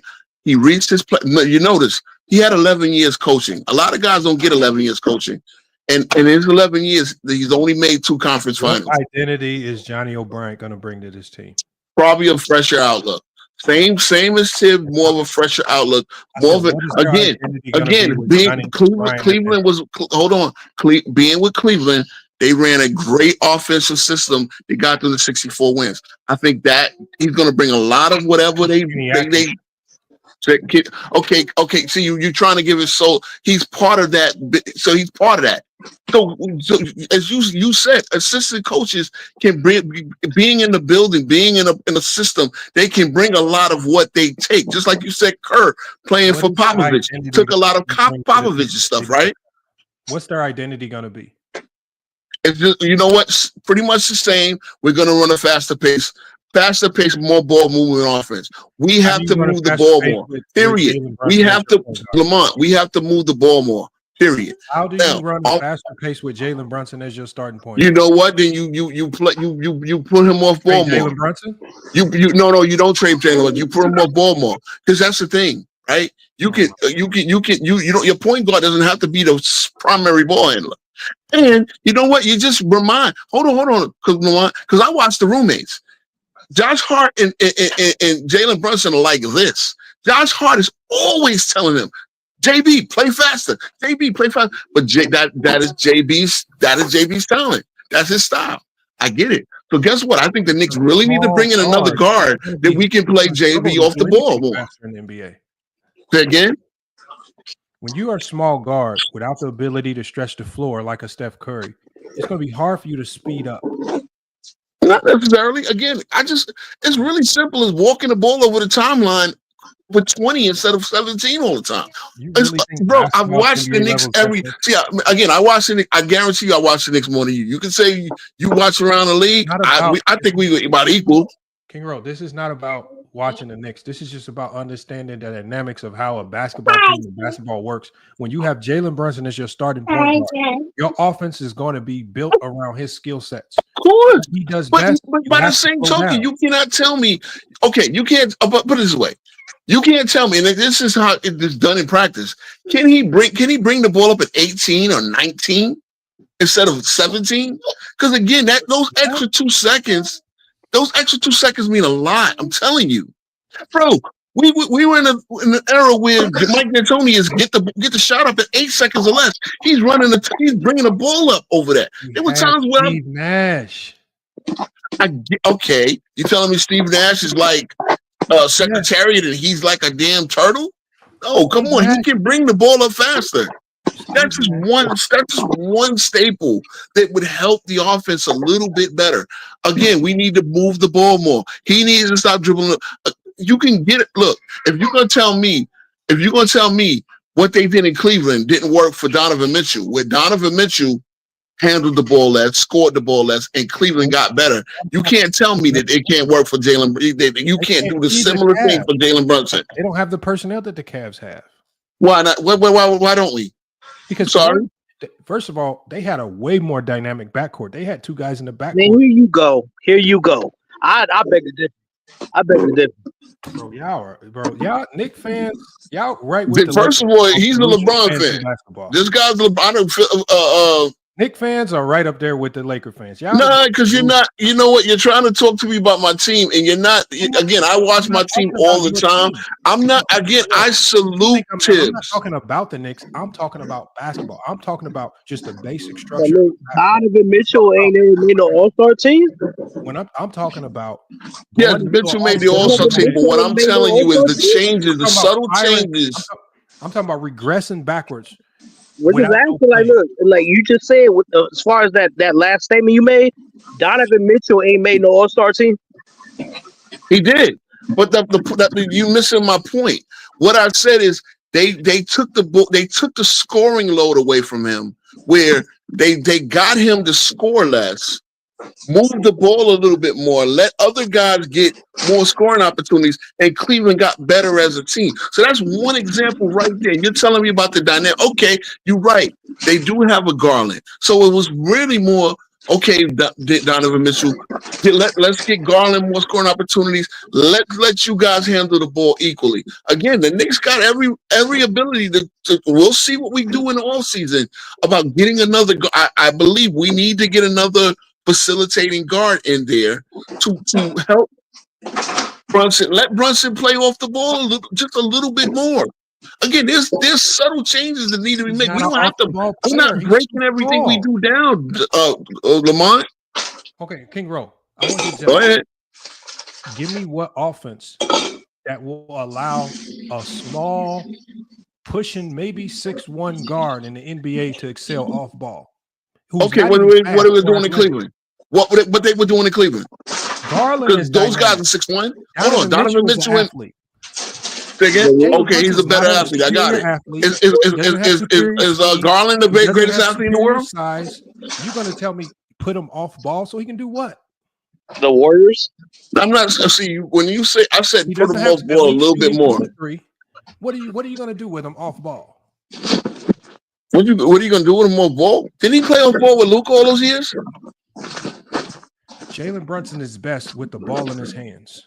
But did he not play off ball with Luka all those years? I'm saying offense, where you stick Jalen Brunson off ball is going to be a great offense. See, again, when you say off ball, like I'm not taking the ball out of his hands. I'm actually trying to get him help in facilitating the offense because that's not his biggest strength. You see what I'm saying? This is what I'm saying. It's like it's not an all or nothing thing. Again, Cleveland is a great example. We were ahead of Cleveland for 2 years, and I don't see we were ahead of Cleveland for the third year ultimately. But I said going into the playoffs, what Cleveland did, why can't we do that? We were ahead of them. We could win 60 games. I've actually got the Knicks as the front runner. Again, you saying we're in trouble? We're going to see how it plays out because I'm going to stand on it. Okay, so King Rowe, make a $5 bet right now. Knicks do not make it back to the Eastern Conference Finals. Oh, you on? You on? Y'all were in super regression mode. Easy call. No, we're not, bro. Okay. Let me ask you this. Give me your top four. Fire your coach. Lamont, give me your top four for the East next year. And again, the bet is on. I don't care what you say. The bet is on. Johnny Bryant is going to lead you to the championship next. Why wouldn't he, bro? Why wouldn't he, John? Again, I'm trying to understand it.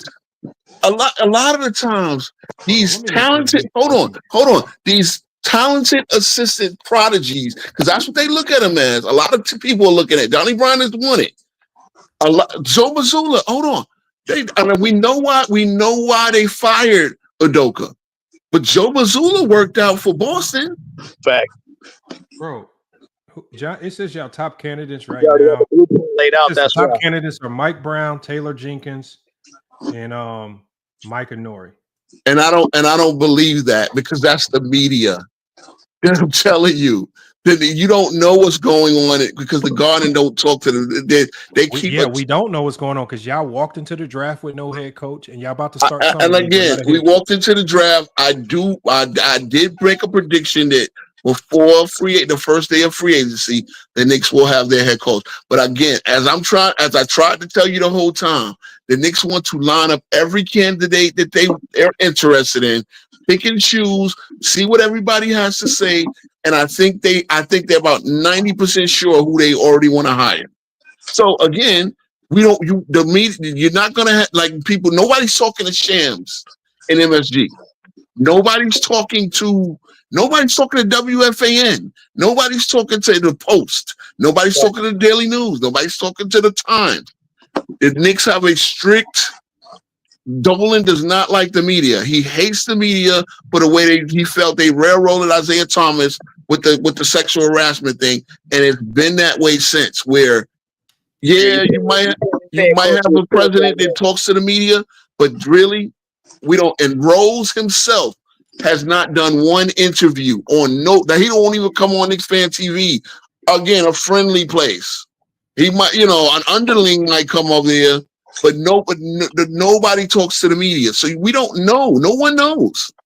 But I have an idea. Again, you might have a couple of underlings that tell guys like CP the franchise. King Rowe, No one knows why you fire your head coach after you get if he gets you to the Eastern because again, Thibodeau had 11 seasons, and the most he get is the conference finals. That's not enough for us, especially considering when we had home field advantage when was the last time you got more than and that, we King, lost bro? 4 times. King, when was the last time you won a championship? I get it, 73. You know how you win a championship? You actually grab the bull by the horns. The Knicks, again, I'm gonna ask you again, Lamont. What's your top 4 in the East? Right off the bat, because I already did mine. What's your top 4 in the East next year? Your top 4.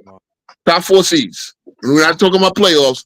Just what do you think going in the playoffs? I won't know until I see what these teams look like after. Well, okay. I'm gonna tell you mine. I think the Knicks are number 1. I think Orlando's number 2. Bro, where's Boston? I think Cleveland is number 3, and then I think Detroit's number 4.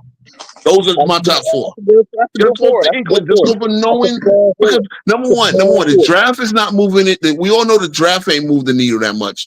And free agency, the third biggest free agent is Julius Randle. LeBron is the second biggest free agent. We all know he ain't going nowhere. The free agency is going to move the needle marginally. Now, other than trades, unless a blockbuster trade goes down. I'm gonna give you my top 4 for each conference. Just based go ahead. Because we can only go off what the teams look like right now. Right now, exactly. And what you think they could do in the free agent. My top 4 in the East. I'm gonna go with the Cavs at the number 1 seed. Okay. I'm gonna go with the Sixers as the 2 seed. Okay. I'm gonna go with Orlando as the 3 seed. Who's the 3? I'm sorry, I missed the 3. I'm gonna go with Orlando as the 3 seed, and my surprise. Okay, that's fair. Sixers, bro. Come on, bro. My surprise 4 seed is gonna be the Pistons. It's 2026. That's fair. You are completely shit on the Knicks, and why do you? What makes you think? Shit on yourself? Y'all fired your coach. Okay, what? Nick Nurse is goddamn Red Auerbach. The Sixers, like Joel Embiid. Okay, give me an over under on Joel Embiid because that'll be the key. Give me an over under on Joel Embiid. How many games do you think he'll play next year? I'm only saying the Sixers. PG this season. I'm only saying the Sixers because the Sixers were only bad because their 2 stars were injured. Stop lying. They were bad because they sucked. They when all 3 in the lineup, they were horrible. The Knicks rolled them by 30 with all 3 of them. You are biased. You're a Knicks. Nah, I'm telling you, the Sixers are a bitch. Let me tell you this right now. Healthy. First of all, this idea of Embiid being healthy is like talking about Embiid. You realize that Embiid been in the league for 11 seasons. King Rowe, my predictions are based on players being healthy. Embiid. Okay. You can't. Telling me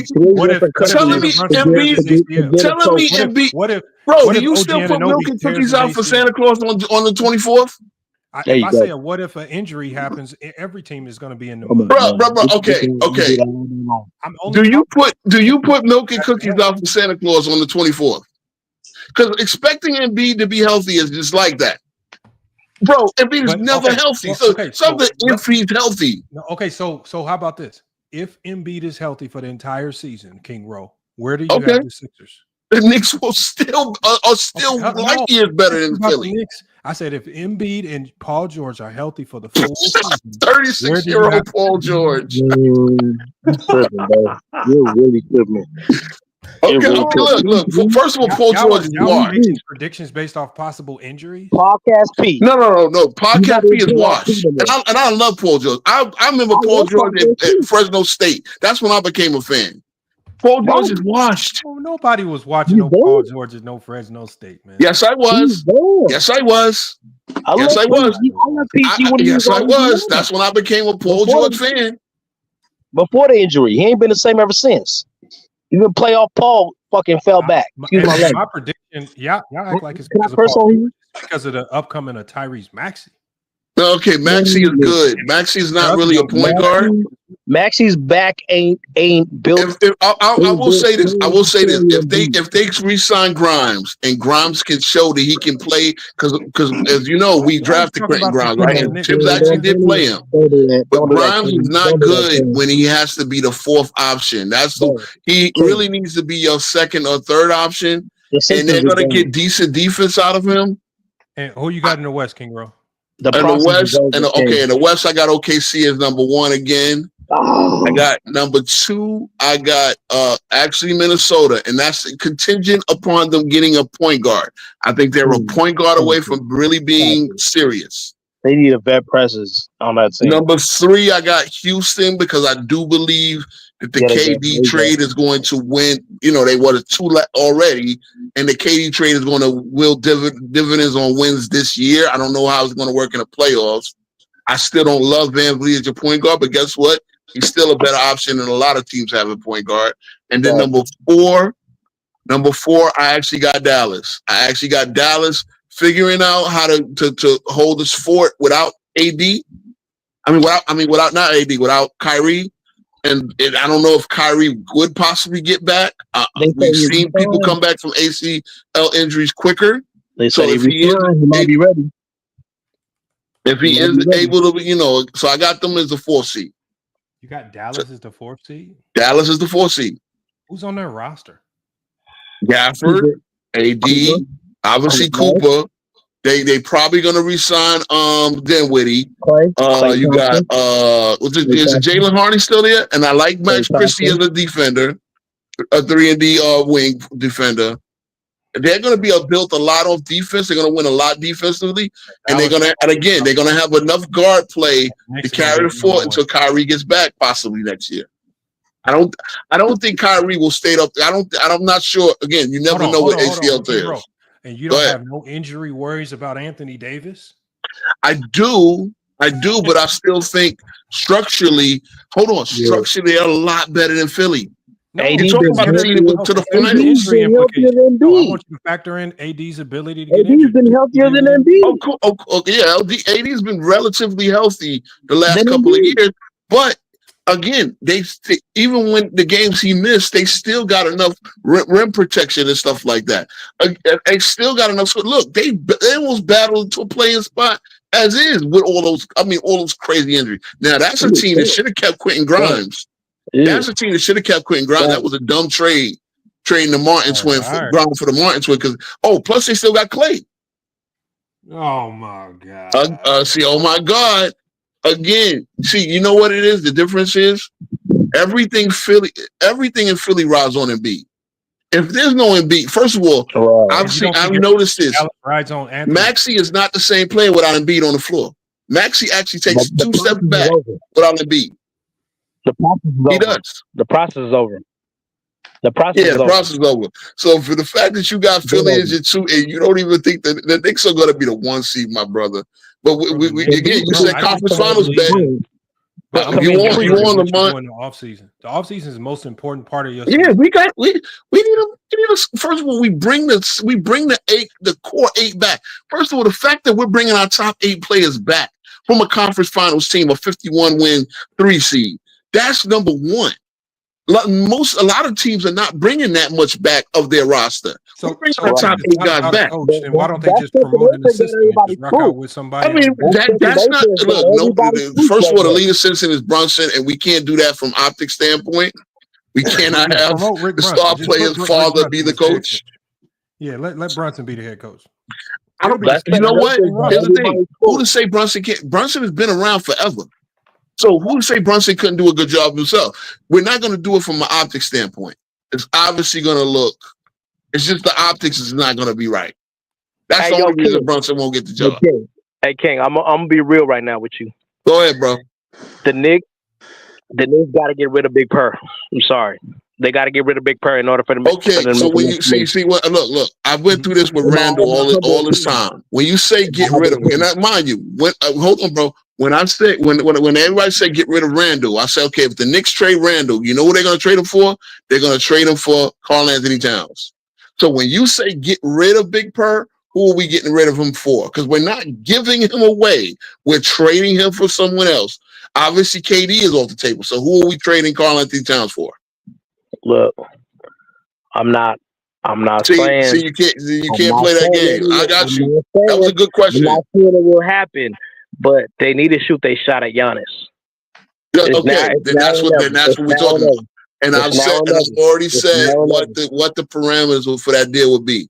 Now, if you want to make that deal, hold on, bro. If you want to make that deal, you got to realize that Cat and Giannis make the same contract. They have the same years and the same almost dollar for dollar money. It's like a few $100,000 more, right?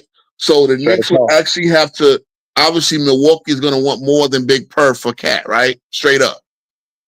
I'm shooting them the kitchen and everything, man. Look, just go get Giannis. Giannis, as long as they keep Bridges. They got Shaman.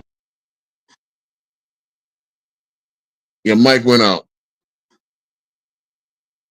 Okay, your mic went. Yo, JB, you still here?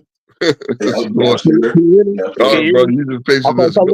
I said, look, as far as everybody goes, everybody's expendable. Mine is Hart. Keep Hart.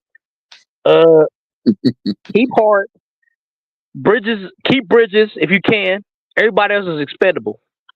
Shaman, keep Shaman. But everybody else is expendable. Give him a couple of draft picks, man. Go get Giannis, man. Look, Giannis, that'd be a cold 1-2 punch. See, and again, look, look, let me tell you something. I want Giannis and I want Bobby Portis. Now, Bobby Portis is being free agent. He turned down $13 million. They got to spice it up too, because look, you're giving them more than you should. So, okay, I'm going to tell you parameters of a deal that I would do, that I would be comfortable dealing with. I'm not giving away the 2 wings. I would give away one of the wings. Yeah. Now, the one that makes the most money is OG. OG Anunoby. He makes 40 a year. So you put him in. Cat makes 53 next year, the same as Giannis. So that's $93 million in salary. Those two, you add a draft pick. So I'm not giving up. I'm not gonna give up Deuce. Actually, I would give up Deuce. Deuce makes 4, so that's $100 million around. And I'm at $100 million in salary. That means for us to make the deal, because Milwaukee's over the cap too, that we have to bring back around the same amount in salary. That means we would have to sign and trade for Bobby Portis, right? And again, do they want to lose Bobby Portis and Giannis? That's up to them.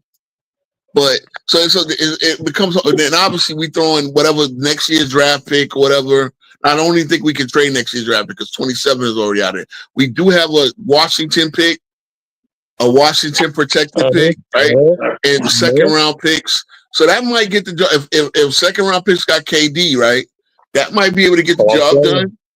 Actually getting Cat and OG Anunoby, then I would do that, right? They would have to give us around the same amount. Think about it. Look, they paying OG like a first option type of player, but like, look, he gave me second option scoring. Like, come on now. Yeah, but he gives you elite defense. So that's the thing. He gives you elite defense. Think about it, right? You see how Lamont was glazing up Paul George. Oh, yeah. Paul George makes $50 million. Too much. $50 million. I guarantee you he ain't defending or scoring like OG Anunoby, who makes $40 million. So, but at the same $40 million, that's still going rate for an elite 2-way player. Hart is like y'all Robert Horry right now. I got you. And again, I get what you mean about Hart. So yeah, you're right. Everybody's expendable. We're not gonna trade the whole team. You understand what I'm saying? But I'm saying like, but what you saying, OG's intangibles, or Hart does that just consistently. Without you don't even got. You're right. You're right, but he's not. He's not, because you see. Okay, if you watch in the first 2 rounds, OG Anunoby absolutely put the handcuffs on Cade Cunningham. Cade Cunningham had his couple of games, but Cade Cunningham had a tough time on OG. And then same thing with Tatum before he got hurt. OG Anunoby was the guy locking up. Tatum had a 13-point game in that series. You know what I'm saying? So he did that, but I believe wholeheartedly in my dog Josh Hart, bro. Like look, I love Hart as well. I love Hart as well. Obviously, we got to keep the fabric of what makes the Knicks the Knicks. And obviously, for Giannis, you would go. But again, honestly, I would put it this way, bro. I would give us about a 25% chance of getting Giannis, because like Giannis has got to say, okay, I know I'm not going to win no championship this year. I think, what I think is he's going to give Milwaukee a chance to show you, okay, we can get back in contention. We'll just do this move. We'll re-sign Bobby, and we'll get, they need a point guard desperately. Obviously, with no Dame, they're going to need a point. And if they don't get one, Bobby. I mean, you know what, Portland, you know what happened? Portland, I'm hearing Portland might buy out Holiday again. So, you never know. Holiday might show back up, and I do believe. And Fernie Simons is overrated. Like, fuck the, like this, and this why like I be getting on that your boy the Matrix. What's his face? Anaji, Angie. Engine, like, look, Engine Mime. Look, it don't even fucking matter what the fuck his name is. But look, this is why I be getting on his ass, because analytics ain't gonna prove to me that that player is carrying this team. Because Fernie Simons on paper, analytics wise, is shown to carry the Blazers, and he's not. They got a cold motherfucking name, Shannon Sharp, that's doing way more than Fernie Simons day in and day out. Not even to mention what's my man's name? Oh, you are Shane Sharp. Yeah. Shane Sharp, actually, Shane Sharp is one of those guys I got early. See, again, we go deep over here. Lamont think we don't know what we talking about. See, every time Lamont pull up, he think we think. But again, I can't say I'm tied in, but I do look at a lot of basketball. Shane Sharp is my early prediction for most improved player next year, because he's got a golden opportunity. Again, he's a Kentucky guy. Yeah, he's gonna get the minutes. Look, I met this man personally. So it's like I had a job over at the Nike headquarters, right? So like we had to do some work over the Blazers facility one day. And I was just fucking around with him, you know what I'm saying? Being a Laker fan, you know what I'm saying? I'm from LA originally. I'm a Laker fan like to death, but until LeBron, like all that, look, I'm cool. I'm on hiatus with that shit. Like I'm rooting for the Clippers right now. But look, check this out. I met Shannon Sharp. Shannon Sharp was the first person in that gym. You got me thinking Shannon Sharp. Shannon Sharp, yeah. Shannon Sharp from the Trailblazers showed up early that day. You know who I like? And you know what? And I said this yesterday. I said, first, you heard it here first. Portland's making the playoffs next year. Nah, you fact. So I think Chauncey is going to push for them to keep Holiday. They got a cold roster without Simmons. I think they were Orlando and Detroit was last year. I think a lot. They're going to surprise a lot of people, and they're going to make the playoffs. It might be an 8 seed, it might be as a play-in, but I think they're going to make the playoffs. That's just me. This is why they made that. That's why they made that Holiday move, because they need somebody to move the ball. They need that veteran presence to be like, hey, look, be right here when I pass you the and you know what I'm saying, make that run. I watched. Did they get CJ back? See, where did CJ go? No, CJ been gone. He didn't pay. He on the Pelicans. No, but CJ just got traded. He got traded to somebody. I forgot. Yeah, they just traded him. Okay. He went to the Wizards. He went to the Wizards, and who came back? JB. Jordan Poole. Oh yeah, Poole. So Poole went to the Pelicans, and CJ with the Wizards. Now, that's another buyout candidate, because I don't see. Jordan Poole gotta be hungry. And let me tell you, this is next thing, right? See, Lamont don't realize, man. I like Chauncey Billups as a coach. Now, I like Chauncey Billups as a coach. He's saying again, look, I get it, and I get his point, right? And I'll say my worry level is about 10% as a Knicks fan, because I felt that we would have had to pick the coach in the announced by the draft. But being that we had the 50th pick, obviously we're not, it's Rose making a call. Rose making a pick, and whoever the coach is. So it's not, you know what I'm saying? It's not like we had a lottery pick where, okay, the coach needs to be in on that. Nah. The coach is probably going to go lock and step whatever what Leon Rose does, right?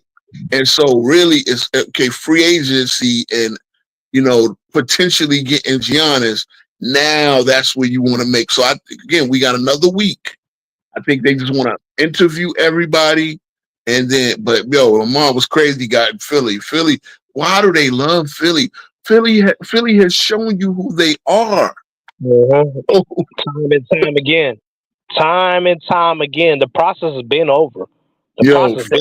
Fry, I want to give you a salute, bro, because bro, I done went on. Remember when I had Johnny up here? Johnny is his boy, FYF, right? Yeah. Hey, You had him crashing out in the comments. I'm gonna tell you like this, King. Like, out of respect for you, like, I didn't really say what I really wanted to say to him because I hear you, bro. Yeah, no doubt. I appreciate that because again, it was a glove law conversation, but I really felt like, all right, us having that conversation, that when I pull back over there, I would earn a little respect and not get. Bro, that nigga muted me like 5 times yesterday, trying to get my shit off, bro. You see what I'm saying? Like, Lamont. Did I use the mute on Lamont? I let Lamont cook. cook. No, he dropped off, but I let him cook. And again, I get they run their show how they run their show, right? They want to put their narratives out there. They think I'm a dumb nigga. I'm glad they pull up on these streams because they know I'm not that dumb nigga. You know, and again, it's going. Realize that we really been watching basketball since Ahmad Rashad. We been watching, really doing all that. Y'all just looking at analytics, thinking y'all know what the fuck y'all talking about, and that's what need to stop, man. That's what needs to stop, bro. Like, the analytics shit don't tell you what the game is. I'm gonna tell you my motto when it comes to basketball discussion. One thing I don't ever do. I never use stats to make a point. Thanks. I make my point, and then I find the stats and facts to support the point that I made. When you make a point about over stats, see, stats can tell a story, but it don't tell a causation. You know what I'm saying? Like, you know, again, the Knicks, 2 things about the Knicks this year. And that's what I was trying to tell Lamont. The Knicks, offensively, the numbers put us right there with Boston and Indiana. Our numbers are almost identical as far as team ranking, 3-point splits, and everything else. You know, the one difference is that the Knicks played a slower pace than Boston. We shot less threes than Boston, and we played a slower pace than Indiana. That's why those 2 teams conceivably were all better offensively. Now, we needed to make, as I said, going into the Boston series, if we chase Boston off the 3 and make them shoot a lesser percentage than they normally do, we will win. If we rebound, because that's the next thing. They shoot a lot of threes, they get offensive rebound. If we rebound solidly, we will beat Boston. And that's exactly what happened in that series. They can talk about, look, the series is over when first of all, Tatum threw a bad pass and ran after the ball. That's how he got hurt. We can't control that. But you made a turnover that basically iced game 4. So the series was over, conceivably. You know what I'm saying? But at the end of the day, like I said, so as I'm telling Lamont, the Knicks are there. We just need to run better offense. Now, to sit there and not even have the Knicks in his top 5, again, I'm taking that conference finals bet, no doubt. Because who the fuck is going to be in our way? Who's in our way? You said Philly. Philly has not made a conference. Bro, has he not? This guy not realized that Philly has not made a conference final? They've had James Harden, Maxey, and Embiid. They've had Jimmy Butler. They've had how many motherfuckers they have not made a conference finals with this process? We make a conference finals and all of a sudden we got no chance to get back. Embiid.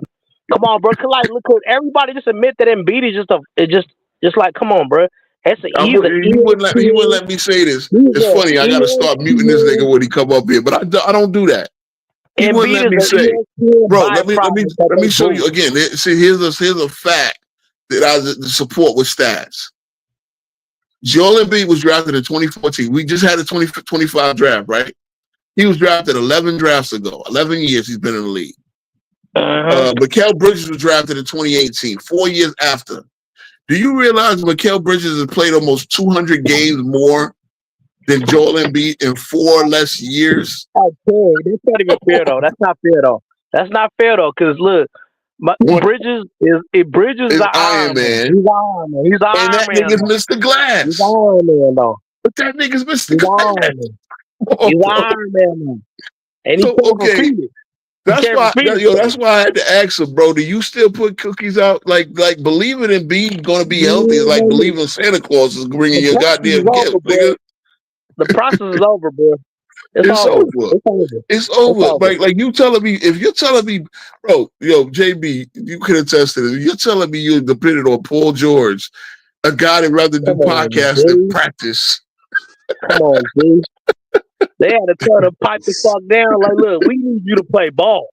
Stop podcasting. We need you to Damn, lock in. Paul George is an We told NBA you player. He to fuck tried off to the take your podcast. job, Lamar. You supposed to be Mr. Podcast. Yeah, come on now.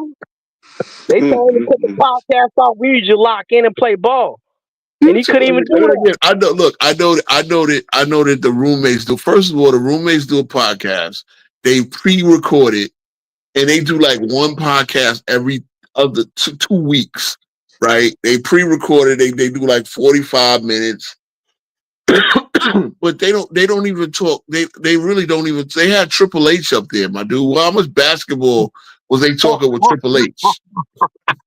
Hey, Hunter Hearst Helmsley? You lying. Yeah, they had Triple H on the podcast. Go subscribe to the Roommates Hunter podcast. They do it, Hearst it's Helmsley. kind of funny. The pedigree. Yeah, they had Triple H up there. Okay. They had Shout Dolan out. up there. Shout I out. actually wanted to finish watching the Dolan Shout one, out. but they did I the love you. Dolan. I love This you, how I know they. Chelsea, This dude. how I know they pre-recorded, because they did the Dolan one before he got hurt against the Lakers game, and they didn't air it for like 2 weeks after that. So by the time they did the podcast with Dolan, he was still like he hadn't got hurt yet against the Lakers. So they edited and all that shit. So all they got to do is go up there and yap their gums. Paul Pierce is actually talking basketball, and she's actually, you know what I'm saying? Like, yeah, they bring up certain teams. They brought up Clyde Frazier, and again, they talking about shit. About, they're not really talking basketball strategy like Draymond Green and all them doing. They, like Jeff Teague is doing now. At least Jeff Teague is retired. You know what I'm saying? Aaron Davis over there licking Draymond Green's boots and shit. Like, come on, bro. Yeah, man. But look, we gonna get up out of here, man. It's 1 o'clock. Yeah, I got I hit my boy JB because he has to. I mean, my boy CW has to end the stream, and I know he got to get going. But yeah, Fry. We go Tuesdays and Thursdays, man, and hopefully we get Zay up here one of these days, man. Like, you know what I'm saying? I'm trying to get. I'm waiting for Zay. I'm waiting for Zay, bro. Yeah, Zay was in the chat earlier before you got here. Zay was in the chat, but I know he be busy and all that. But yeah, we gonna the channel's growing, man. I really appreciate y'all support. As you see, the big dogs is watching me now. You know, you doing your thing, man. You doing your thug dizzle, man. Look, I appreciate you. Man. I appreciate your platform and all that, bro. That's why. Look, anybody got a problem with King, bro? Look, let me know. Let me know. Look, I still go James Kingdom and FYF, man. Sometimes I might need you to pull up over there with me to start, because this is what I want to tell you, Fry. Because again, you had a Johnny crashing out, and I could have let it go, but I was at the house last week in Orlando with the fam. I wasn't trying to, No, but I want you to know, you had him crashing out from the comments. Bro, they kill me over there, bro. And they kill me because you know what happens? I go over there, I talk for 5 seconds, they start muting me. They don't let me get my thought out. And I had one dude yesterday. One dude, bro, I had my son in the park when I pulled up over there. It was still light out. It was like 8:30, 8:15. The dude, it was 11 o'clock. Dude came up talking about, because I said Kobe averaged 32.3 in a playoff series. He couldn't be no sidekick. And he was like, that's a bullshit point. So I try to tell him, right, first of all, I try to tell him, like, bro, if you watch the comics, because this is where the sidekick talk comes from, right? They call him a sidekick because they call Pippen Robin to Jordan's Batman. That's what his whole term came from. Nobody ever said the word sidekick. Doc and Moses, who's a sidekick?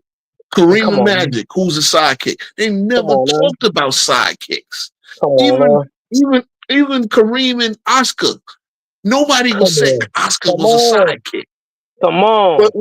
So the point I made, I said, okay, look at the Avengers, because I said there ain't no sidekick. Look at the Avengers. Who killed Thanos?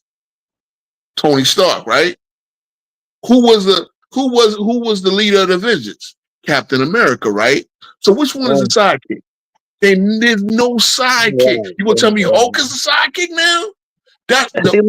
When you talk about comics, Nick, y'all so dumb. Y'all don't realize the sidekicks come from the comics. But some cases, there is no sidekick. You need a team up to win a championship. So the idea that Kobe was Shaq's sidekick is the dumbest fucking talk of all time. Because I don't even believe Pippen was the sidekick. It's just the way we look at it. It's just everybody fit in where they get in. You know what I'm saying? That's all it boils down to. Thank you. So dude, and I was off the stream. I was ready to go, but dude actually called me out by name 3 hours after the fact. I'm like, okay, let me pull back up and land my motherfucking plane. If they didn't let me land. So that's up the point I'm making, right? That's bullshit. They didn't let me. They never let me. I had my brother on there for 2 hours. Johnny's a nice dude, but I think you know what it is. I think he put on for his audience, and all that yelling and screaming and shit he do. He put on for his audience, so they had to show out this, that, and the third. I'm not even a Kobe fan, bro. I told him, bro, Kobe, LeBron, and Mike. I rooted against all three of them niggas, bro. JB will tell you, I wasn't a Kobe fan. I rooted for them to lose every finals. Again, hate is a strong word, but I hated them motherfuckers equally. I get it though, but that's expected though. You from the East Coast. Yeah. I mean, I root for the underdog. Honestly, I was so happy when Detroit beat their asses. You don't know. I'm really from LA, and you saying like I got like look. Honestly, I could break it down so like. But I'll leave that to y'all, bro. Like the content creators, like y'all dope as hell at what y'all do. Shout out to Zay, 93 Zay. Boy, there you dropped off. Well, I appreciate you, Phil. I appreciate you, Fry. You know, JB. Again, I keep telling JB's starting to make it too, because he cooked Lamont. Lamont didn't realize, bro. He didn't realize who he was going up against. And again, on this platform, we let you talk. We let him go. And you know, he didn't even realize. He didn't think he was coming with a guy with as much as knowledge. Like you were in this Lakers shit. You got all of the facts. You can go through all of it. He thought we just came on board. You know what I'm saying? Yeah. But yeah, man, I'm gonna hit C-Dub out on the horn, and so he can in the stream. But we really appreciate y'all, man. Again, like I said, we trying to grow over here, bro. We're gonna step the game up, as you see, brother. I'll tell you. What I tell you, the big boys is watching us now, right? You know what I'm saying? This is the guy to get Gil on the stream. They got Gil. They got Gil go, you know what I mean? He over here watching our little channel. But it's all good, man. As again, I invited Johnny last week because he said it when I was on the stream. I looked for channels to talk basketball. I said, we do over here 10 toes down. We talk basketball. And I said, as soon as they pulled that mess on the Monday, matter of fact, it was the Monday before. It was funny. The Monday I was doing laundry to get ready for the flight on Tuesday, and they pulled that mess. So I went that night. I said to Johnny, I would appreciate if you you got the invite to come to my, because we talked about it. Fry's back up. But I said to Johnny, come, I'm gonna be in Orlando tomorrow. I'm gonna be, with my family, but I'm gonna do my show, and you can come up and we can have a conversation. And I even told him the title.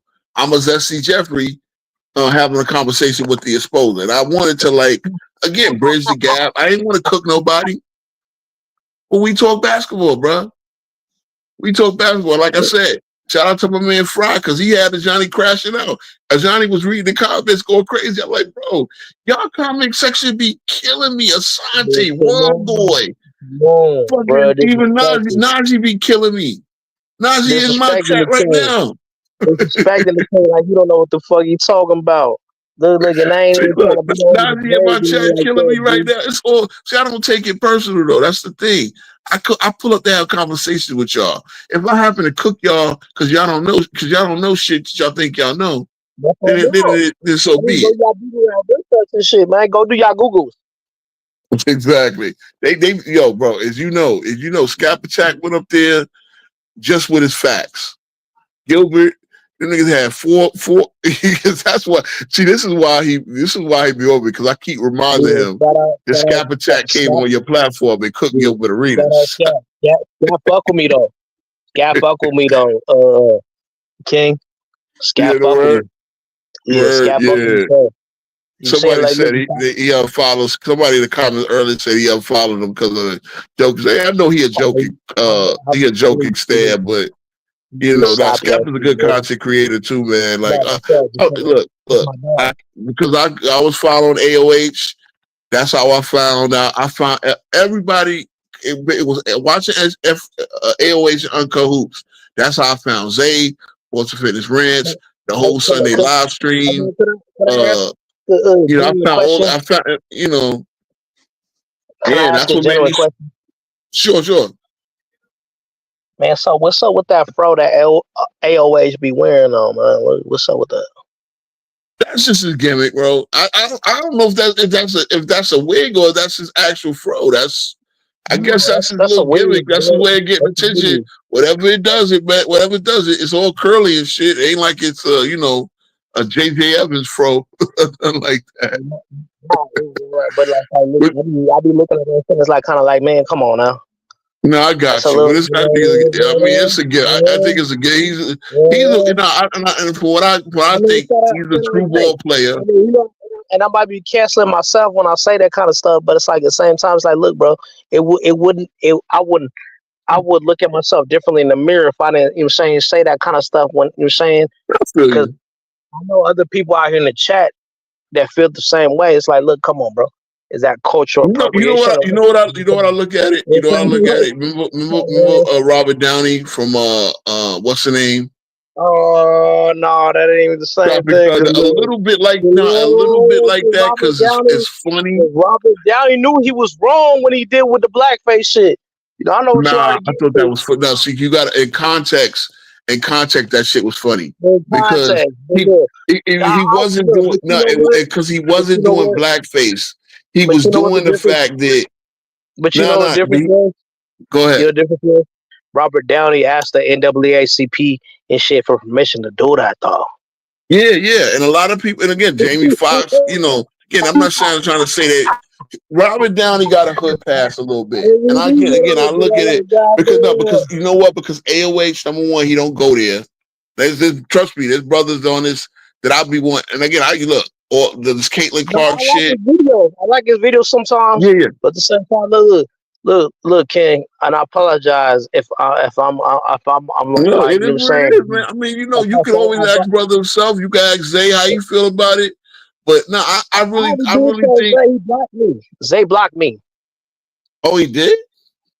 No, I'm just joking. Okay. Nah, but I think you know, see, he gotta see. AOH got a hood pass for me. Number one, he really breaks down ball, right? He really does this. Like he ain't, you know. I like that. Look, you know, you could talk to a racist basketball fan when you know it, right? This whole look, you want to know how you know you go talk about Caitlin Clark to some of these motherfucking white boys on the net. No. And you know what kills me? You know what kills me? And I love to catch him. You hate Caitlin Clark. Number one, I don't hate Caitlin Clark. I think she's a little overrated because she fucking turns the ball over too much and takes dumb shots. But she's a phenomenal player. But hold on, when I tell you I love her, first of all, I'm a Liberty fan being from New York. They bought New York a basketball chip. The two best players on there are white girls. I love Paige Bucher. So you telling me I'm racist because I'm supporting Angel Reese over Caitlin Clark? Because I do think that Caitlin Clark is playing this little princess white Liliana bitch, but she be talking shit to both white and black players. Where they both want. You saw the other night, two white girls smacked her in the face. Because she be on it. You know what it is too? Yeah. So when you talk to fans like that, you know.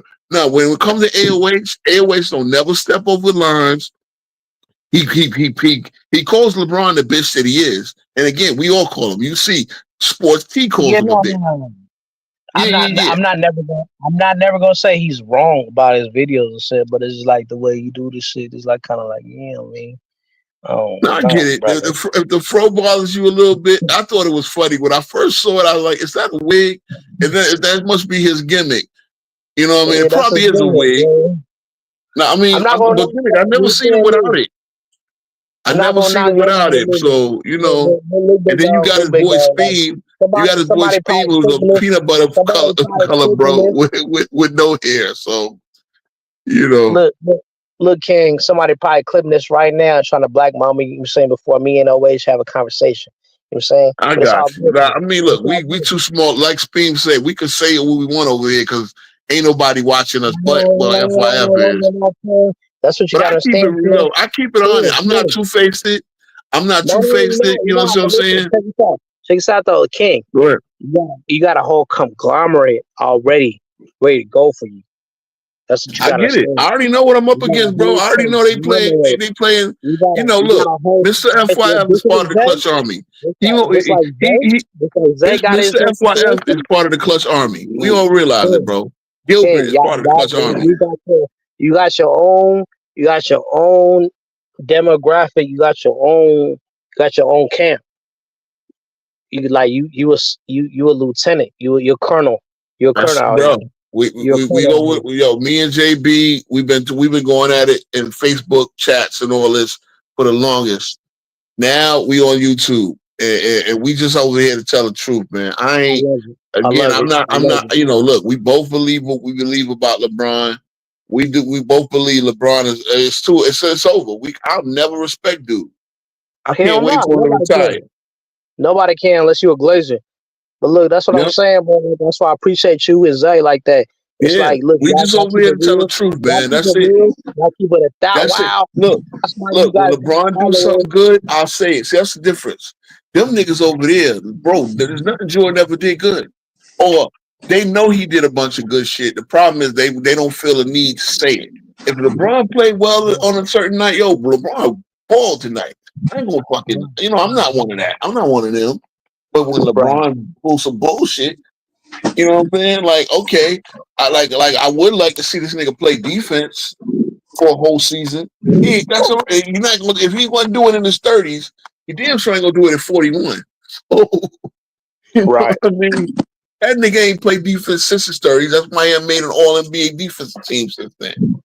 You know what I'm saying? And that goes to show you, trust me, if he gave 40% effort on defense, they'd have put him on at least one or two of them defensive teams. They know that dude just stands there like a statue, waiting for the ball to get the ball back so he can go run and pad his stats. We all know this, but look, like my biggest issue with what's your man's LeBron fan over here? What's his name? The LeBron fan with the Julius Randle logo. He a Laker fan. JB is not a LeBron fan. But JB. Oh, I'm here. Oh, see, look. I used to be a Laker fan until LeBron showed up. I don't care, bro. JB is still a Laker fan. He just don't approve of this LeBron shit, and that's his story. See, look, I love it. I grew up, I'm from Inglewood, California. And see, I love the Lakers, bro. I always love the Lakers. But you can't rock with him as long as LeBron wear that uniform, right? I'd rather Kawhi one in fucking Inglewood, man. Look, I got shout out to Inglewood. I love Inglewood on everything. Like that's something where I'm at. Like, look, but outside of that, like it's fair game, man. Look, I would love to hear everybody takes, man. Where's the other guy? Where's the other LeBron fan at, man? Look, you told me there's a LeBron fan in here. Oh no. Well, it was FYF calls himself neutral and he says Jordan is the GOAT. But we all know he's part of the Clutch Army. My boy CW, he's not a LeBron fan, he's a Spurs fan actually. And again, he's the one that came up with this platform. So Shout out to the And Spurs. I again, mean, out of respect to him, I know he got to work tomorrow, so we got to end the yeah. stream because I can't do it from my phone for whatever reason. So Shout out to the yeah, Spurs. man, All the Spurs. no doubt. Oh But yeah. yeah, man, again, programming note, we are on Tuesdays and Thursdays. Sometimes we might pop up on a weekend if something comes up, man. But definitely, if you hear. Again, I'll drop the link. Let you get on me. Hopefully, we get another guest like that. You could, Busting heads, go ahead. man. Look, I'm busting heads. Look, show me where he at, man. I'm busting heads. I promise you. Look, Zay, I'm Appreciate waiting it, for bro. Zay too. Zay too. Appreciate it. Appreciate all the I love support, Zay. man. Again, those I out love there watching Zay, me, but we trying to grow. I really I think appreciate Zay it. on too. Like and subscribe, man. I really would like to get some likes in here. We had a really good show. FYI pulled up. Again, we had good, respectful conversation, man. Spirited, back and forth. You know what I mean? We talked about the Knicks. We talked about the draft, the free agency going up. And we're going to be on it some more, man. So I appreciate it. Yes, sir, gentlemen. Yeah, definitely enjoy the discussion. Already. Yeah, y'all have a good night, man. Happy Friday and into the weekend. Y'all do the same, gentlemen. All right. Salute, brother. Salute, brother. Salute.